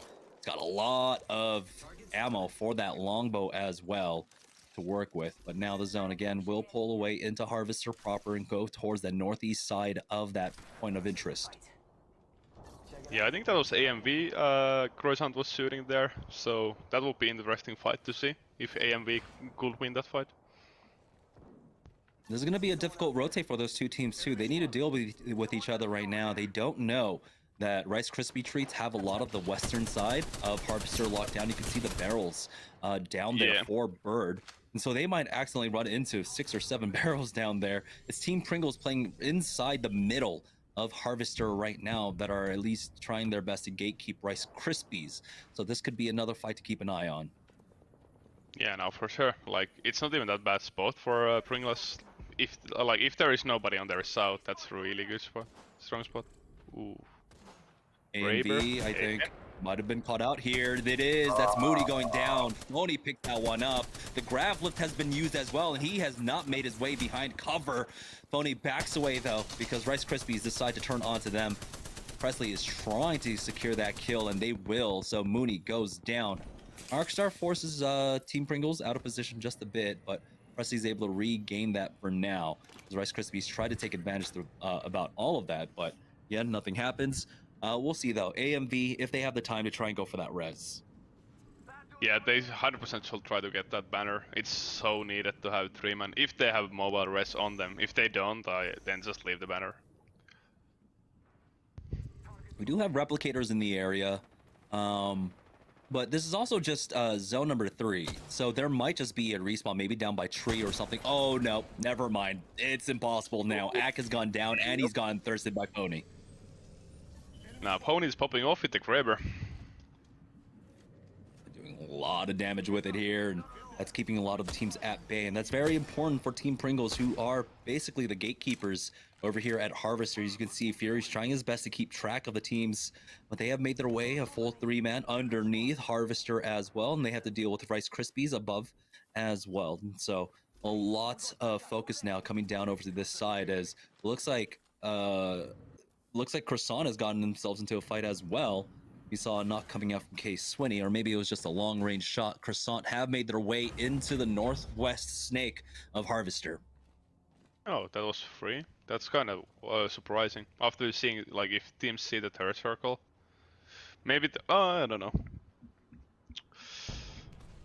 Yeah, I haven't seen this circle in a while, where it pulls up to the northeast side. Taking a look at AMV, we do have the Tomcat Rat Cam, and you know, now it's the hunter that's become the hunted here, on board with Voltic here, with that Bloodhound, trying to sneak himself into a corner. And I mean, I believe he should be able to rat this one out for quite some time, because everyone's attention has been pulled towards rotating now, because take a look at this pull. Yeah, no, this pull is really good for SeriesE. They have a really strong spot right now for this zone. You can see why they have so much attention pulled through this side. This is their biggest issue, right? Dealing with their back, making sure no one comes in from the sorting side. That's why all 3 players are basically keeping an eye on this. The scan even coming out to watch their back as well for Mini. And so right now, Team SeriesE just making sure that their back is cleared. Yeah, they might even want a third party that. Oh, they don't have Wraith, they can really TP on that. Yeah, they don't have a Wraith, they don't have the Octane, they don't have any additional mobility here. So they can't take advantage of this. And this fight is coming at such a good time for that squad as well. They fully cleaned that one up. There's still a minute left to go, so they'll be able to recover the loot and then commit onto Team SeriesE here. But that's the thing, they are probably going to have to commit to this side. I don't know if they can get back north enough to try and play there. Yeah, I think they have to fight this, and it's gonna be a hard fight with Caustic on this little choke point. Surprising part, though, is that we were talking about how they were just keeping an eye on their back, but now they've kind of forgotten about that and are keeping an eye to their west. So that could punish them, but we're back on board with Team Pringles. They've got Rice Krispies just to the west of them right now, and with 15 seconds left to go, I want to see a little bit more attention over here. Yeah, I want to see Pony popping off with the Grayberry more. It's already secured 2 kills for them. Presley got 1 as well, and as you can see, Fury even has that triple take. All right, Phony, he's going for the peek. He's going to try and force them out with that nade. Does hit for the 16, but they play this really safe for now. As, my goodness, they've even got the black hole coming in from Nasky as well. Ooh. He connects with a 123. Act goes down. AMV pushing up throughout all of this. As, that was a beautiful, beautiful shot coming out from Pony. Yeah, that was super nice. Fury even getting one with that Mark Star.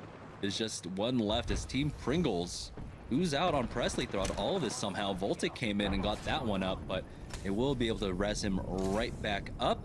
And yeah, it looks like they were at least able to get the res onto 1 throughout all of this. Yeah, I think they need to go through this gas and kill this last guy, but it's gonna be risky. They go for the full commit. They do take out Rice Krispies. Now have to back away though, as they're getting pushed by someone else. Joining on board with GAN, who are playing on the north side Snake.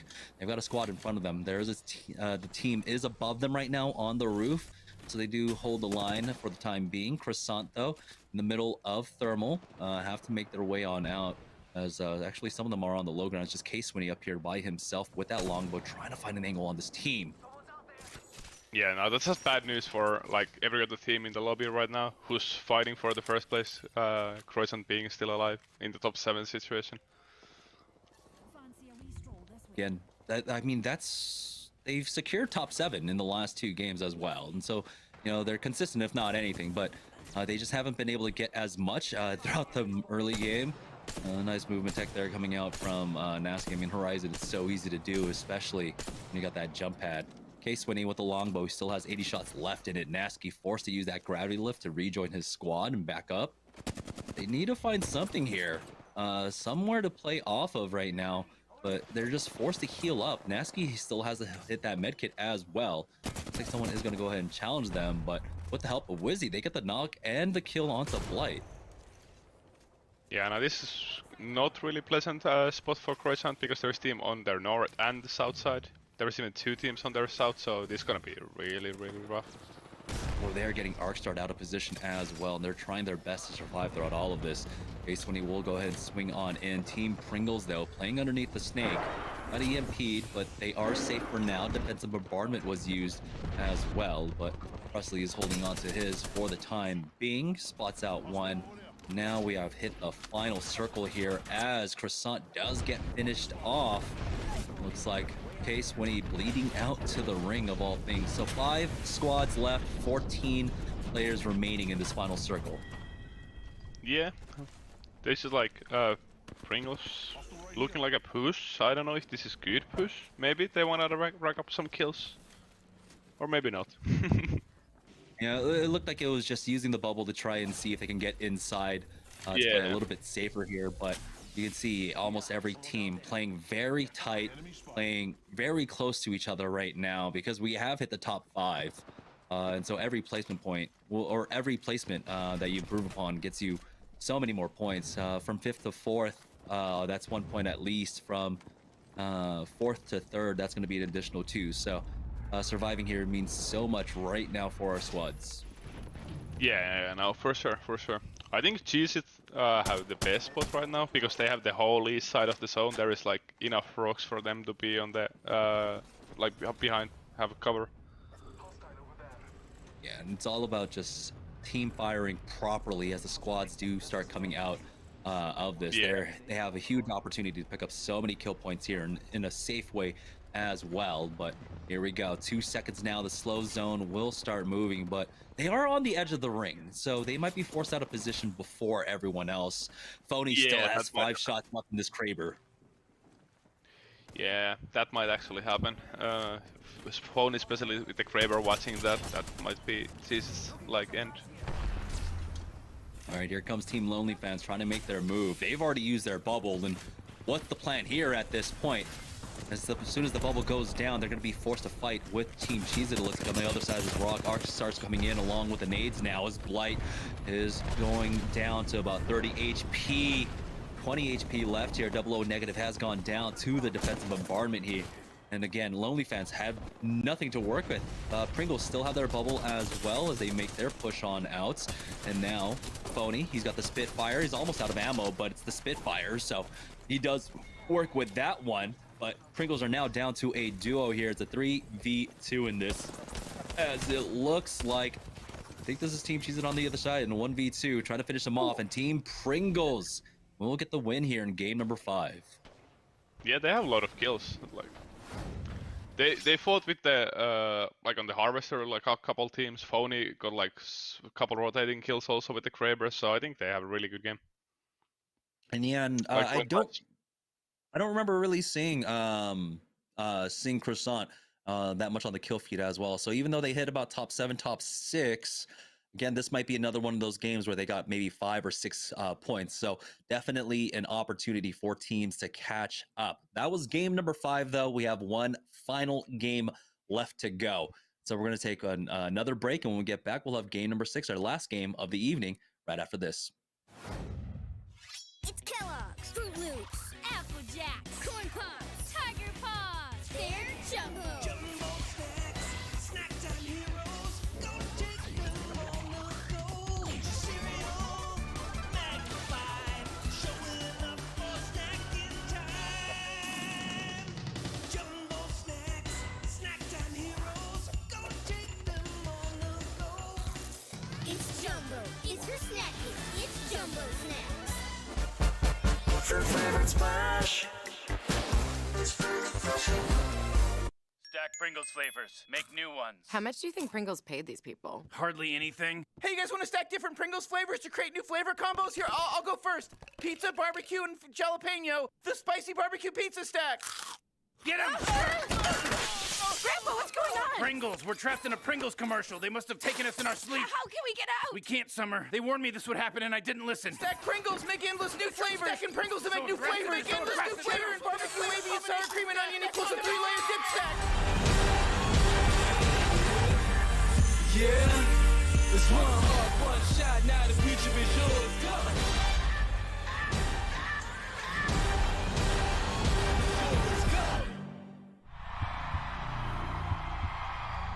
I wasn't born in the spotlight. Nah. Had to grind to shine like a star on a hot night. And something about the struggle now resides in my muscles. In every trial.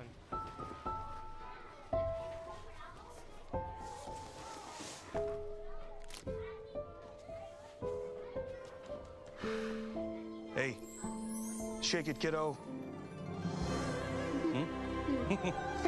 Love Dad. Oh.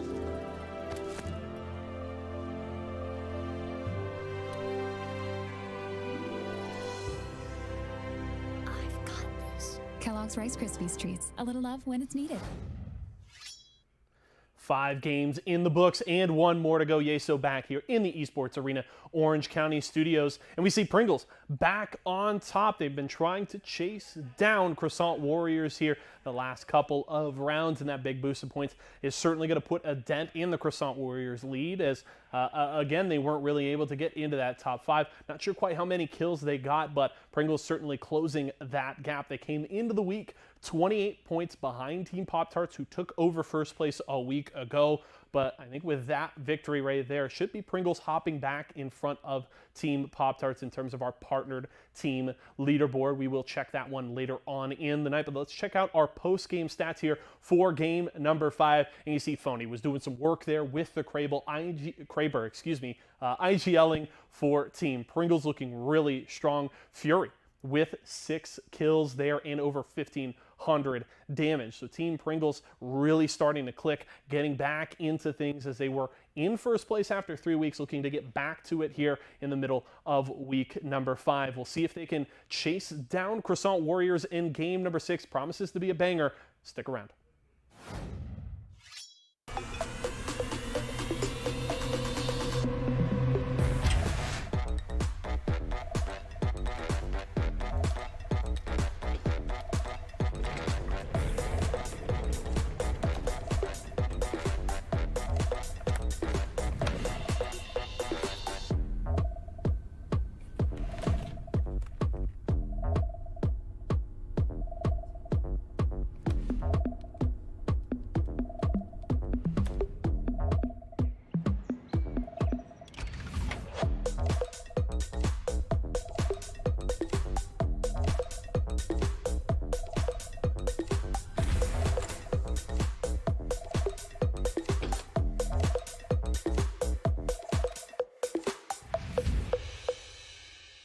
Imagine you love frosting and filling. I do love frosting and filling.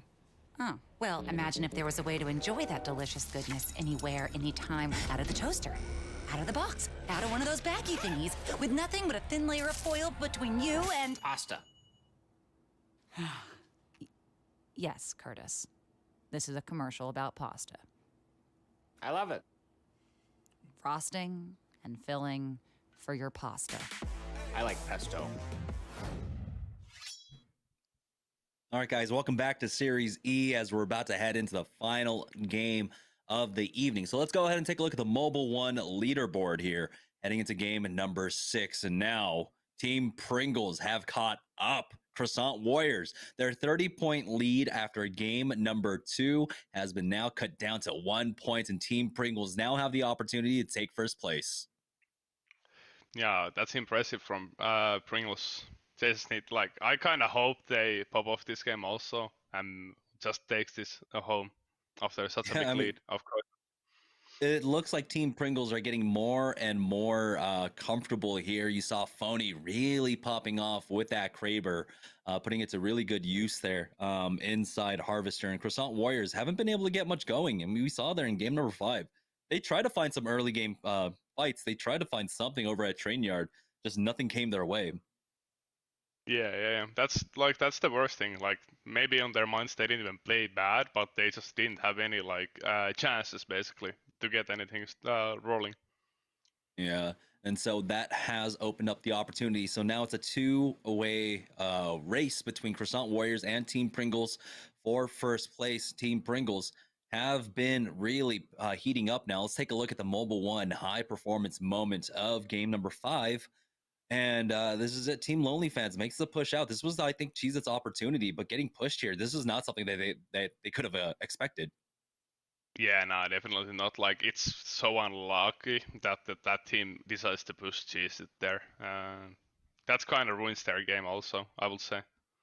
And that affords Team Pringles the opportunity to take advantage of all of this coming out, getting a good team fight win. You can see Phony still popping off, he has that Spitfire, does a lot of work, and they get the ultimate win along with so many kills. Fury himself had 6, and Phony had a number as well, but they finished this one off clean. Yeah, no, they definitely had a lot of kills. And that, again, means that they are now 1 point off from the lead, 1 point off from first place. So it's between them and Croissant. It's crazy because Croissant had 60 points or something, 50-something points, 57 points after 2 games. Yeah. And they've only been able to put on 13 in the last 3. So it's been very, very troubling for them here.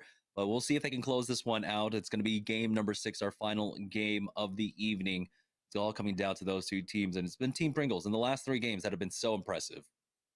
Yeah, no, definitely coming still strong after the one team having 30-point lead. It's pretty good. It's super good. Yeah, and that's why maintaining your mental is such an important feat here. It's almost a skill set in and of itself. To be able to just shake off any kind of tilt and just play your own game. And that's what Team Pringles have been able to do. We thought Team Cheez-It might be one of the squads that could try and contest, but with Team Pringles taking so many wins here, it's going to just come down to them. And I mean, there's a small opportunity maybe to play for second, but you saw that other teams were still trailing by about 20 some odd points there. So it's going to be massive work by anyone else if they want to try and contest for first place. Yeah, no, definitely. I think MEV was third on the points, 20 points behind. If they get massive game and either of the Croissant or Team Pringles fell off, maybe, but it's unlikely. Yeah, it's hard to try and catch up with one team, but now trying to catch up to 2 teams here. On board with Team Pop-Tarts for game number 6. They'll be dropping here. And we have another fair flight path coming out from the ship. It's going straight down the middle of the map from west to east, but the last stop is going to be for Team Pop-Tarts here, going over towards Geyser now. And they do have the no-name beacon if they need to pick that one up. It doesn't look like they have a beacon here inside Geyser. And so they might have to split to try and pick that one up for them. Was there a team contesting them in Geyser? What is happening? Yeah. Oh, there is, and Lucas spots them out, but that's not the weapon you really want when you're trying to take a 1v1 early on. Yeah, I've got the Mozambique Eva 8, but it's the purple bolt for stomps. So we can put in a lot of damage if the team pushes up on him right now. He's only got the white Evo shield here as he is slowly advancing, try and join up with the rest of the team. But it's a very, very big split coming up from everyone. Yeah, no, it's oh man, I don't like this. Fighting 50-50 Harvester and Geyser in one tournament day, oh, please, boys, learn something. And surprisingly enough, it's those Doritos that are over there, and they've got them wrangled into a corner right now. You can see Pop-Tart started all off. They get the first knock. Uzako trades back, but he's got a longbow. That's not quite the weapon you want when you're fighting fast res. Try and bait a push out from them, and Stomps, like I said, he's got that purple bolt on the Eva, and he just machine fires into them, taking them out. Yeah, no, that's probably the best gun you're gonna have. Ooh, the BM also. Love to see that.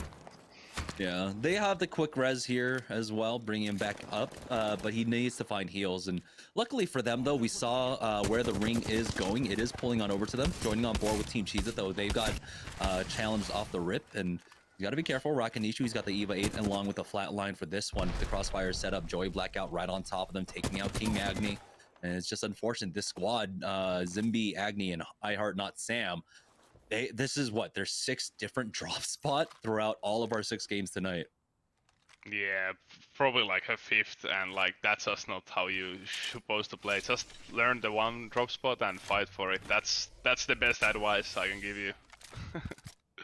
But I don't know if you ever really want to challenge Team SeriesE here. You know, this is, we saw early on in SeriesE, Team SeriesE versus Team Intel fighting over Lava City. It was ultimately SeriesE who were persistent enough to hold that down. Rockstar, though, on the rotation path, coming over to train station. Tech is getting challenged by a full 3-man above them.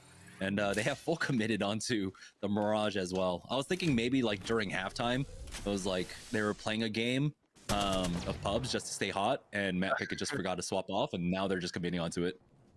Yeah, and I'm surprised there is no like Rampart or Fuse pick for the memes also. I actually think like there's some strategic value to Fuse if you know how to use him. Like there's some fun things you can do with his knuckle cluster. Like if you shoot it straight up into the air to try and balance his high ground, it comes down in 15 seconds, and then you'll have like a 5-second or like 6-second cooldown on the knuckle cluster if you climb up at the right time. But this high ground can be so hard to take. You can see the bubble has already at least been forced out.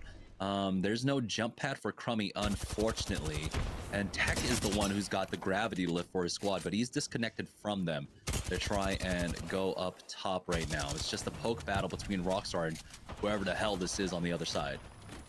Yeah, I think Rockstar like have way better spot for this fight because they have multiple angles, but I don't know if this is... Oh well, maybe they can do something here. It's hard to boost that though. Yeah, they've at least forced one off, and these train guards are more accessible, right? Since they got dropped down, you can like slide into them from the roof, but here comes the full commit. It's going to be Blight to go down first. Matt Pickett picks that one up. It's a 3v2. Lonely Fans trying to still fight into this. See good damage coming up from Blueberry Small. He's cracked himself, takes out one. Matt Pickett falls, but Tech is there to trade on back, and now down to the 1v1. Oh no, Matt Pickett is popping that Phoenix kit here. Is told 00 negative. We'll get the armor swap. Matt Pickett will finish him off now. Needs to get the res onto Matt Pickett and still get the res as well. Joining on board with Pop-Tarts, though, they have made their way. They're fighting a squad over here by Overlook, though. Impulse is taking a lot of damage as he's forced the Phoenix kit up, and if someone peeks him right now, he could go down, but he does get that Phoenix kit off, and it looks like Pop-Tarts are just going to call it here because the third party's off to the south, but they took so much damage, and their bubble's already been used as well. Now they're getting pushed. Lucas is forced to queue out. Yeah, this doesn't really look good for Pop-Tarts, especially MPL, like, they're horny for the kills. Yeah, they got the secure onto stomps. They were just completely disconnected here. And the rest of Pop-Tarts might have gotten out. They might have eyes on trying to get the res. As you can see, the zone does end just at the edge of this place. EMP connects onto all of MPL, but they're on the roof. They're going to be able to heal this one up, and they're ready for another fight as the team is coming in. Yeah, that has to be the third party, I think. Yeah. 6xZ's trying to come in. EMP as well. That comes out from Nade, but it looks like NPL are just too ready. No, good thermite coming up from Wizzy. That might give them an opportunity. They've got the jump pad as well if they want to retake the roof, but they're going to slow play this one now. Walking up here is... They haven't been able to recover. That's going to allow Wizzy to get in for free. Nades has control over the roof, and Wizzy, along with Box of T, is going to get the flank onto them, pushing into the Gibraltar bubble. Ronnie goes down, and NPL are out. Third party coming in, though, quickly from Pop-Tarts. Pop-Tarts back in the game. Like Impulse is trying. He got one knock, but it's traded. Lucas goes down, and 6xZ's survive. Yeah, and I'm surprised like 6x got that knock on MPL. Like they connected the Arcstar, but like dying to the molly afterwards, kind of badly played because it looked like the fight was basically over. Ooh, kind of nice. Around. Yeah, the ring going over. We saw that from I believe it was Pop-Tarts we joined on before. They were able to show us off that ring at least, but 6XZs now. They do have to rotate in. Luckily for them, a lot of the northeast side of the zone has been cleared, so it should be a free rotate. You don't really have to worry about much. Yeah, for sure. When they showed the map, like I saw, I think Pringles was on the choke, like between the no-name choke, I would say, and that's really strong spot for them. We still have Croissant. We haven't seen much out of them. They haven't been active so far in this game. Those are the two teams that we're keeping an eye on right now. It's joining on board with Team Razor, though, making their way through the connector between Harvester and Sorting Factory here. Looks like there's a squad already in the circle building, but Team Razor might try to make a play for it now as they are rotating through. Yeah, they should make a play. They have such a good armors also. You got the double purples along, the double golds along with the purple on Muffins there, but they might just completely avoid this fight. You can see Hakulo was considering maybe just taking the roof of the Sorting Factory building, but they can play this neutral position for a while. They do get scanned up, and so teams know that they're there. Wow, Hakulo. He's got full team fired. It looks like a good triple shot, triple take connect onto him, but he's able to quickly heal that one up. Yeah, no, this spot is really good. Like, you have still options to go anywhere basically you want, and like nobody can really push you down from here. So I like this spot a lot. Looks like they'll just go ahead and play inside the train tunnel for now, as they feel a little bit vulnerable. Scan, though, means they'll wait a few more seconds.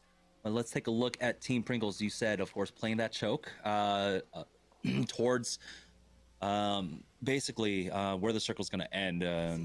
From the north side of Sorting Factory, and so they're looking to pick up a lot of kills here, play a little bit more passively as well, and have the options for when this ring does reveal itself. They do have the beacon as well if they want to play off of no name, but they're going to hold this building for now. Team Cheez It, though, trying to make their way in. Oh boy, that bubble. Yeah, the bubble from Rakanishu actually stops the Arcstar from Joey Blackout.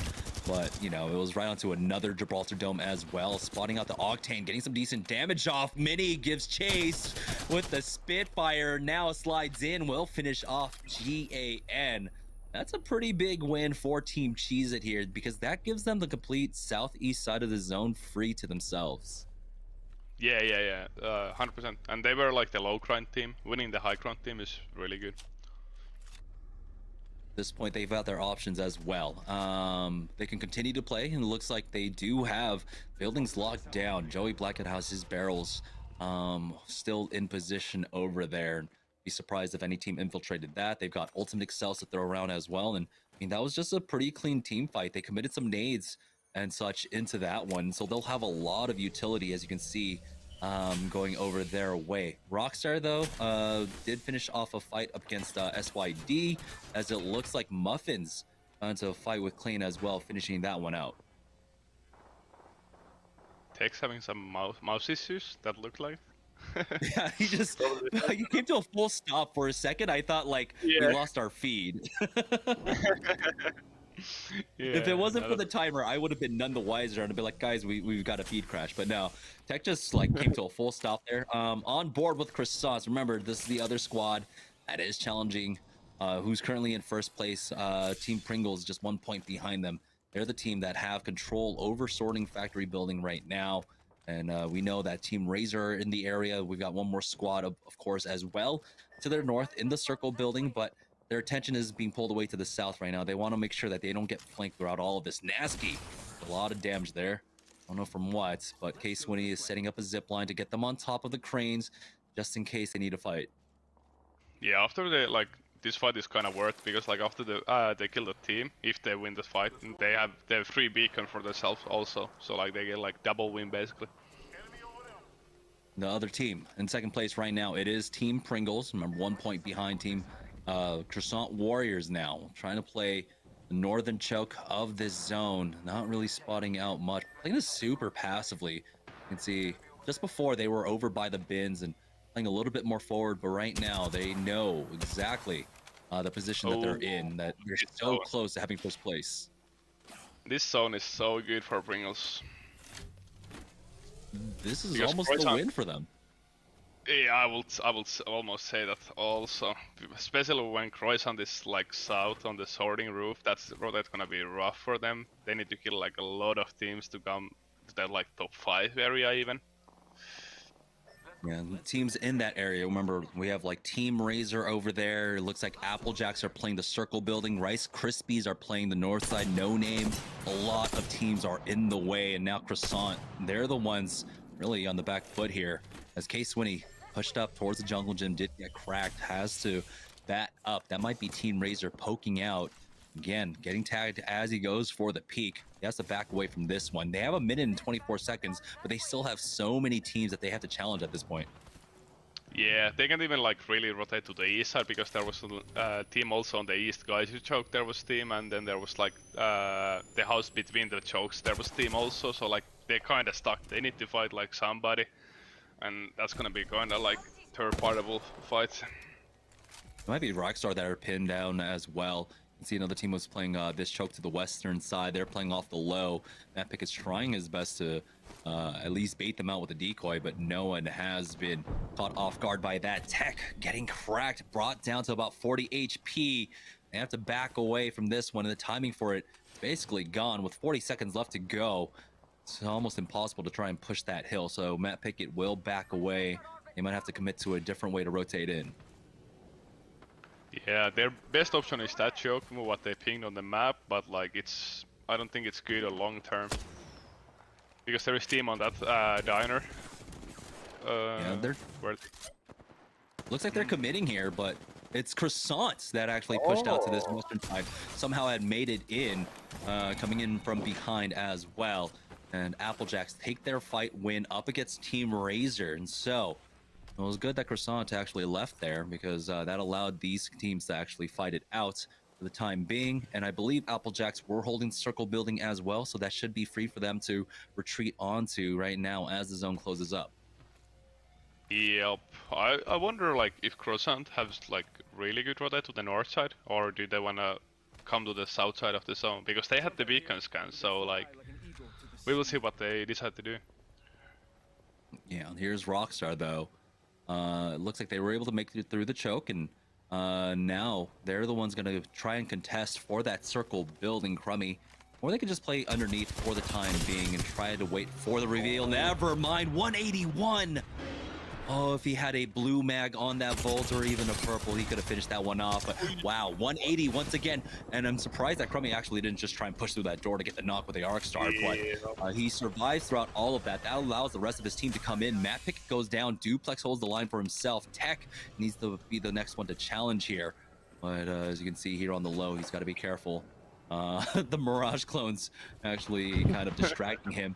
But he is getting challenged. The Gibraltar has dropped down now, and Crummy he's dropping to the low, leaving Tech by himself. I'm surprised about all of this, and Tech now has to try and fight this one out, but he gets double peeked as Aves comes in from behind. Here's Crummy, a little bit too late as Matt Pickett is bleeding out, and he's going to be left in a 1v3. Yeah, I don't know how they can lose the fight after 2 180 beams by Crummy, but they did. Oh, here comes a full push. Crummy got another knock onto Duplex, but Team Applejacks will be able to secure that one up, and they do it in time. They've got a minute and 7 seconds left to go, and they need to cross this valley. Yeah, that's gonna be rough because there's all the houses are already taken, and there is not really much cover at all except that house. So. And this ring continues to pull over towards Pringles, by the way. This choke is out, so Team Cheez-It, they need to do something. They need to do something now. Going to their south is almost impossible. Team Intel were playing over there, but now they've got a team that they have to get rid of here on the high ground. They do have that Nox Gas Grenade. Yeah, they need to kill this team fast, so they have a reset, and then they need to fight Pringles also on that choke, which is gonna be hard. So, it doesn't look really good for Cheez-It at the moment. And the bubble was already forced out as well. Here comes the Nox gas grenade. It only connects onto one. The EMP in response, though, to slow them down. Good clear on the drone. That's going to allow Team Cheez-It now to push up. But Rakanishu is still taking too much damage. And Joey Blackout is trying to play with some tempo here. Because, like you said, they need to deal with this fight quickly. Mini gets the knock onto Fox OT with 6XZs on the other side now. As it's going to be the 3v2 for Team Cheez-It. Again, they're still not taking this fight quickly enough. They get the knock onto nades and finish them off, but the zone is closing on in. Do we have Team Pringles ready to come in for the third party? Oh no, Nasky just caught out by P-Fitter. Will go down, and he will secure the thirst as well. And so now Croissant are playing it down as a duo here. Here comes the Nox gas grenade as P-Fitter wants to finish that one off as well. Gets to connect onto one, but is forced to slow down now as the player on the roof cracked him up. But yeah, Croissant now playing it down as a duo. It's all up to Team Pringles to finish this one off. Yeah, definitely. And they have this, still the high ground choke is kinda safe, like half I would say. So this looks like Pringles tournament. We still have 8 squads left, 22 players remaining. So a duo for Croissant. Looks like a mobile respawn beacon coming out from Rice Krispie Treats as well. Intel cleaning up Applejack throughout all of this, and you can see why controlling that choke was so important for Team Pringles.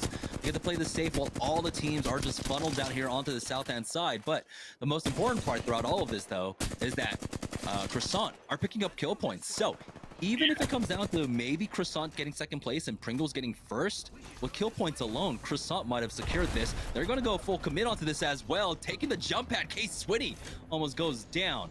But he does back away, hits that bat, and will join Dazo for this fight. Dazo pushing out to try and secure this Metro. Looks like will be the next one to fall, and it's all up to 6 here. Case when he goes down to the ring, I have to imagine, as he tried to challenge, and somehow Fury gets the finish. That's Team Pringles taking destiny to their own hand. Job's not done yet for Team Pringles, though, as Team Cheez-It now are coming in from behind. Oh yeah, there is team still north of them. This might not be over, actually. Like, if Pringles lose this fight, I think Croissant got like some KP just before, so...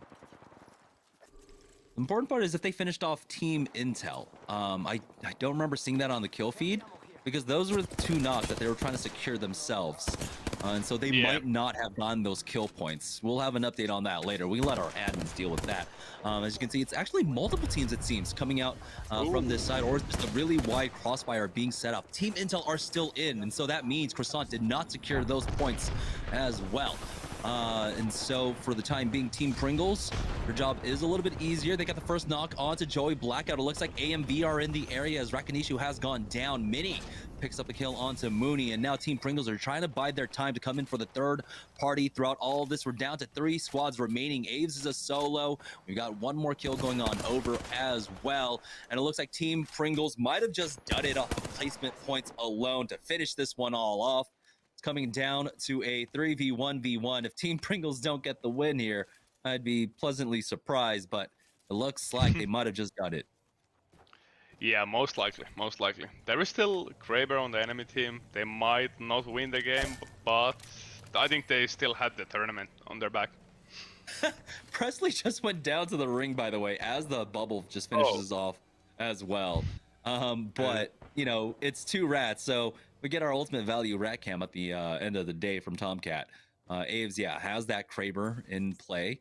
He does have the Arcstar. Can he actually get the 1v3? If he had the PK, I would say, okay, yeah. Yeah. But the Kraber is a little bit more difficult to work off of here. He does have the jump head, though. So maybe he gets a knock with the Kraber, and he just jumps right on top of them. And he's looking for that shot. Oh, yo. There we go, the slide out, the first shot misses. Aves now.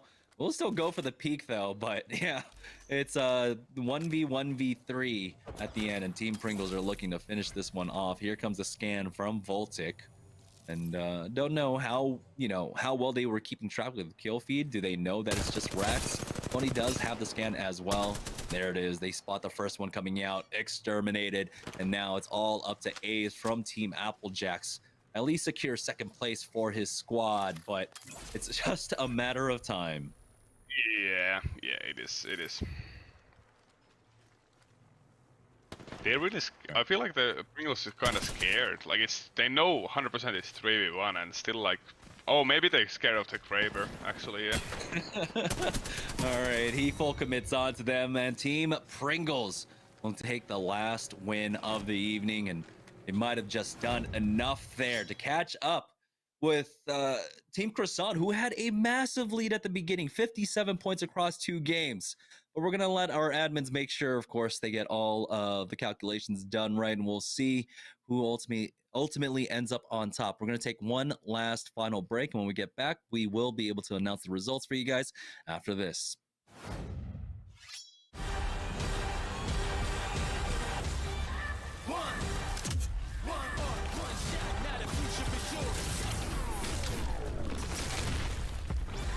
Verses coming daily under pressure. Working on applying the scheme. The true side trademark is at the edge of your dreams. I'm talking. Yeah. One shot, now the future is yours.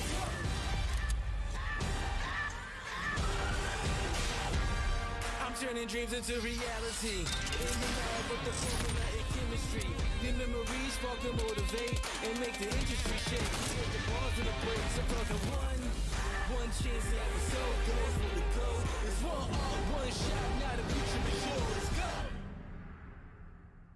Stack Pringles flavors. Make new ones. How much do you think Pringles paid these people? Hardly anything. Hey, you guys want to stack different Pringles flavors to create new flavor combos? Here, I'll go first. Pizza, barbecue, and jalapeno. The spicy barbecue pizza stack. Get him! Grandpa, what's going on? Pringles. We're trapped in a Pringles commercial. They must have taken us in our sleep. How can we get out? We can't, Summer. They warned me this would happen and I didn't listen. Stack Pringles, make endless new flavors. Stacking Pringles to make new flavors. Make endless new flavors. Barbecue, wavy, and sour cream and onion equals a 3-layer dip stack. All right, folks, what a way to end the day. 6 games in the books. Pringles take their second win of the night. They were 1 point behind the leaders, Croissant Warriors, who, Jamerson and Tiki were talking about earlier in the night. You get those big dubs to start, you get that huge point lead, and you think, wow, 30 points ahead, we could probably rest on our laurels a little bit, but it may have come back to bite them. Again, impressive finish by Pringles right there, and we are certainly crunching the numbers in the back to see who takes the dub. But let's check out our post-game stats here for our final game of the day. And we saw Phony leading Team Pringles, doing a lot of great work here, and I got a little visitor here in the studio, wanted to come say hello. It is the man himself, CEO and founder of Esports Arena, Tyler Andrews. Off the floor, on the board. Look it up, type it in Google. This is the best. Check it out on YouTube, y'all. But Team Pringles right there, popping off to finish off the day. We love to see it. Again, the boys trying to close in on Team Pop-Tarts, who was sitting in first place coming into this week with 400 points. I think they've definitely reclaimed the lead among our partner teams. Aves and Team Applejacks looking really strong as well. 2 weeks in a row that they've shown up really well on our open night. 8 kills for Aves, over 1,800 damage, so great performance from them. But that's going to do it for me today, folks. Let's throw it back to Jamerson and Zeke one more time to check our leaderboards and close out the night. All right, thank you so much. And we are back now to announce the winners of Series E tonight. So let's go ahead and take a look at the Mobile One leaderboard to see if Team Pringles were able to do it. And they did with a commanding victory. They're taking the victory tonight by 10 points. Croissant Warriors with 76 overall. And so congratulations, Team Pringles, on getting the W.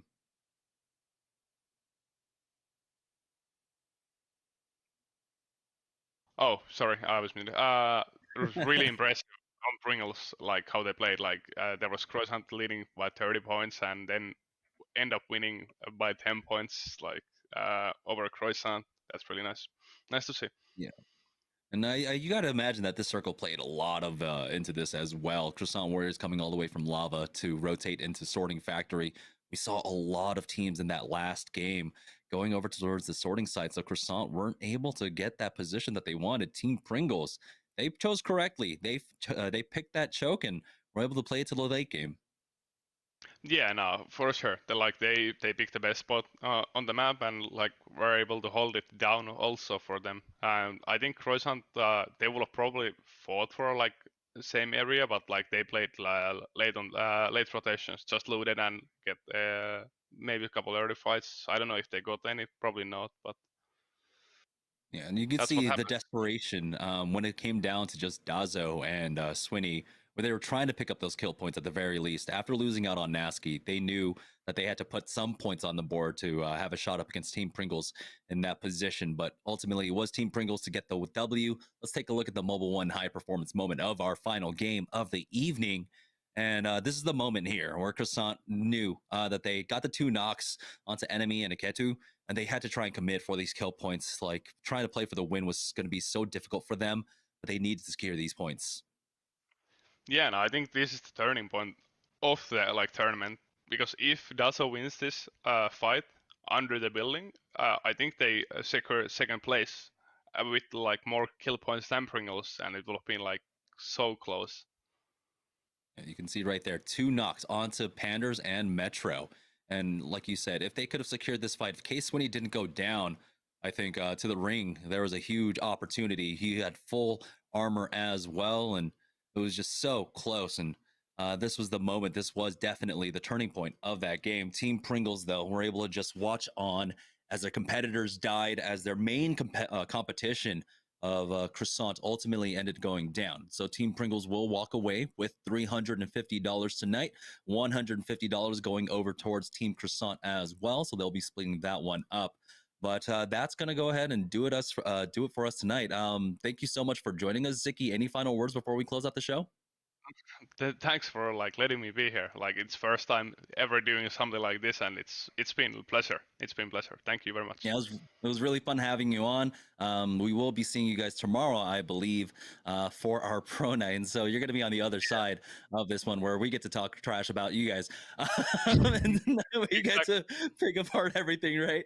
But yeah, it was really, definitely a lot of fun. So thank you so much for joining us. But that is going to go ahead and do it for us. Before we close out the show, though, I want to make sure you guys know that you have an opportunity to join our Deal or No Deal pregame show. Make sure that you're sub to the channel. It's sub only if you want to get if you want to be involved in that game show. So join up, sub up to the channel. Hell, I know there are people even in our chat that are gifting away subs as well. So make sure you thank them. But that's going to do it for us tonight. We will be back tomorrow. It's going to be 3 p.m. Pacific Standard Time. We're going to be starting our pro night. It's going to be our 9-partnered squad facing off against, well, players like Ziki here in Third Impact. We've got NRG and everyone, a lot of other squads joining us, TSM, Team Liquid and such. So we will see you guys tomorrow night. So have a good night, and that'll do it for us. Good night.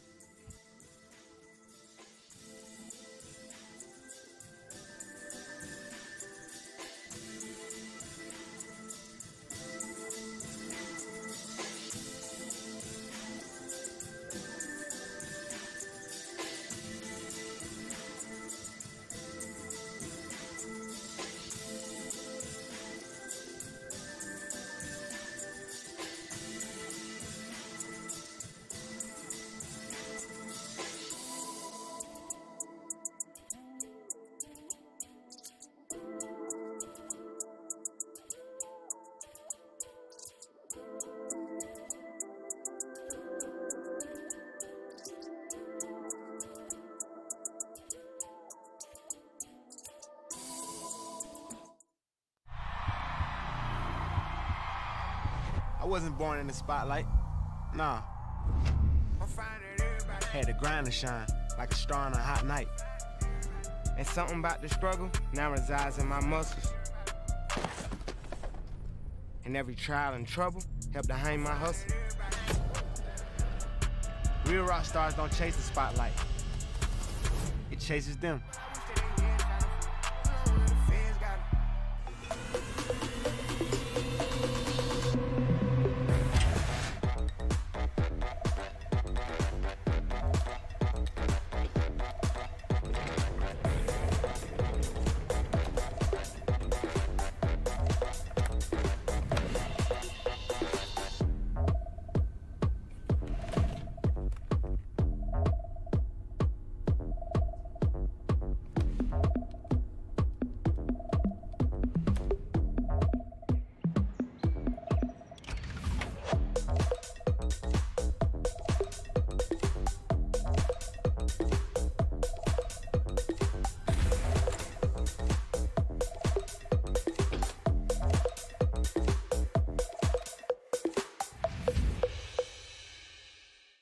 imagine you love frosting and filling. I do love frosting and filling.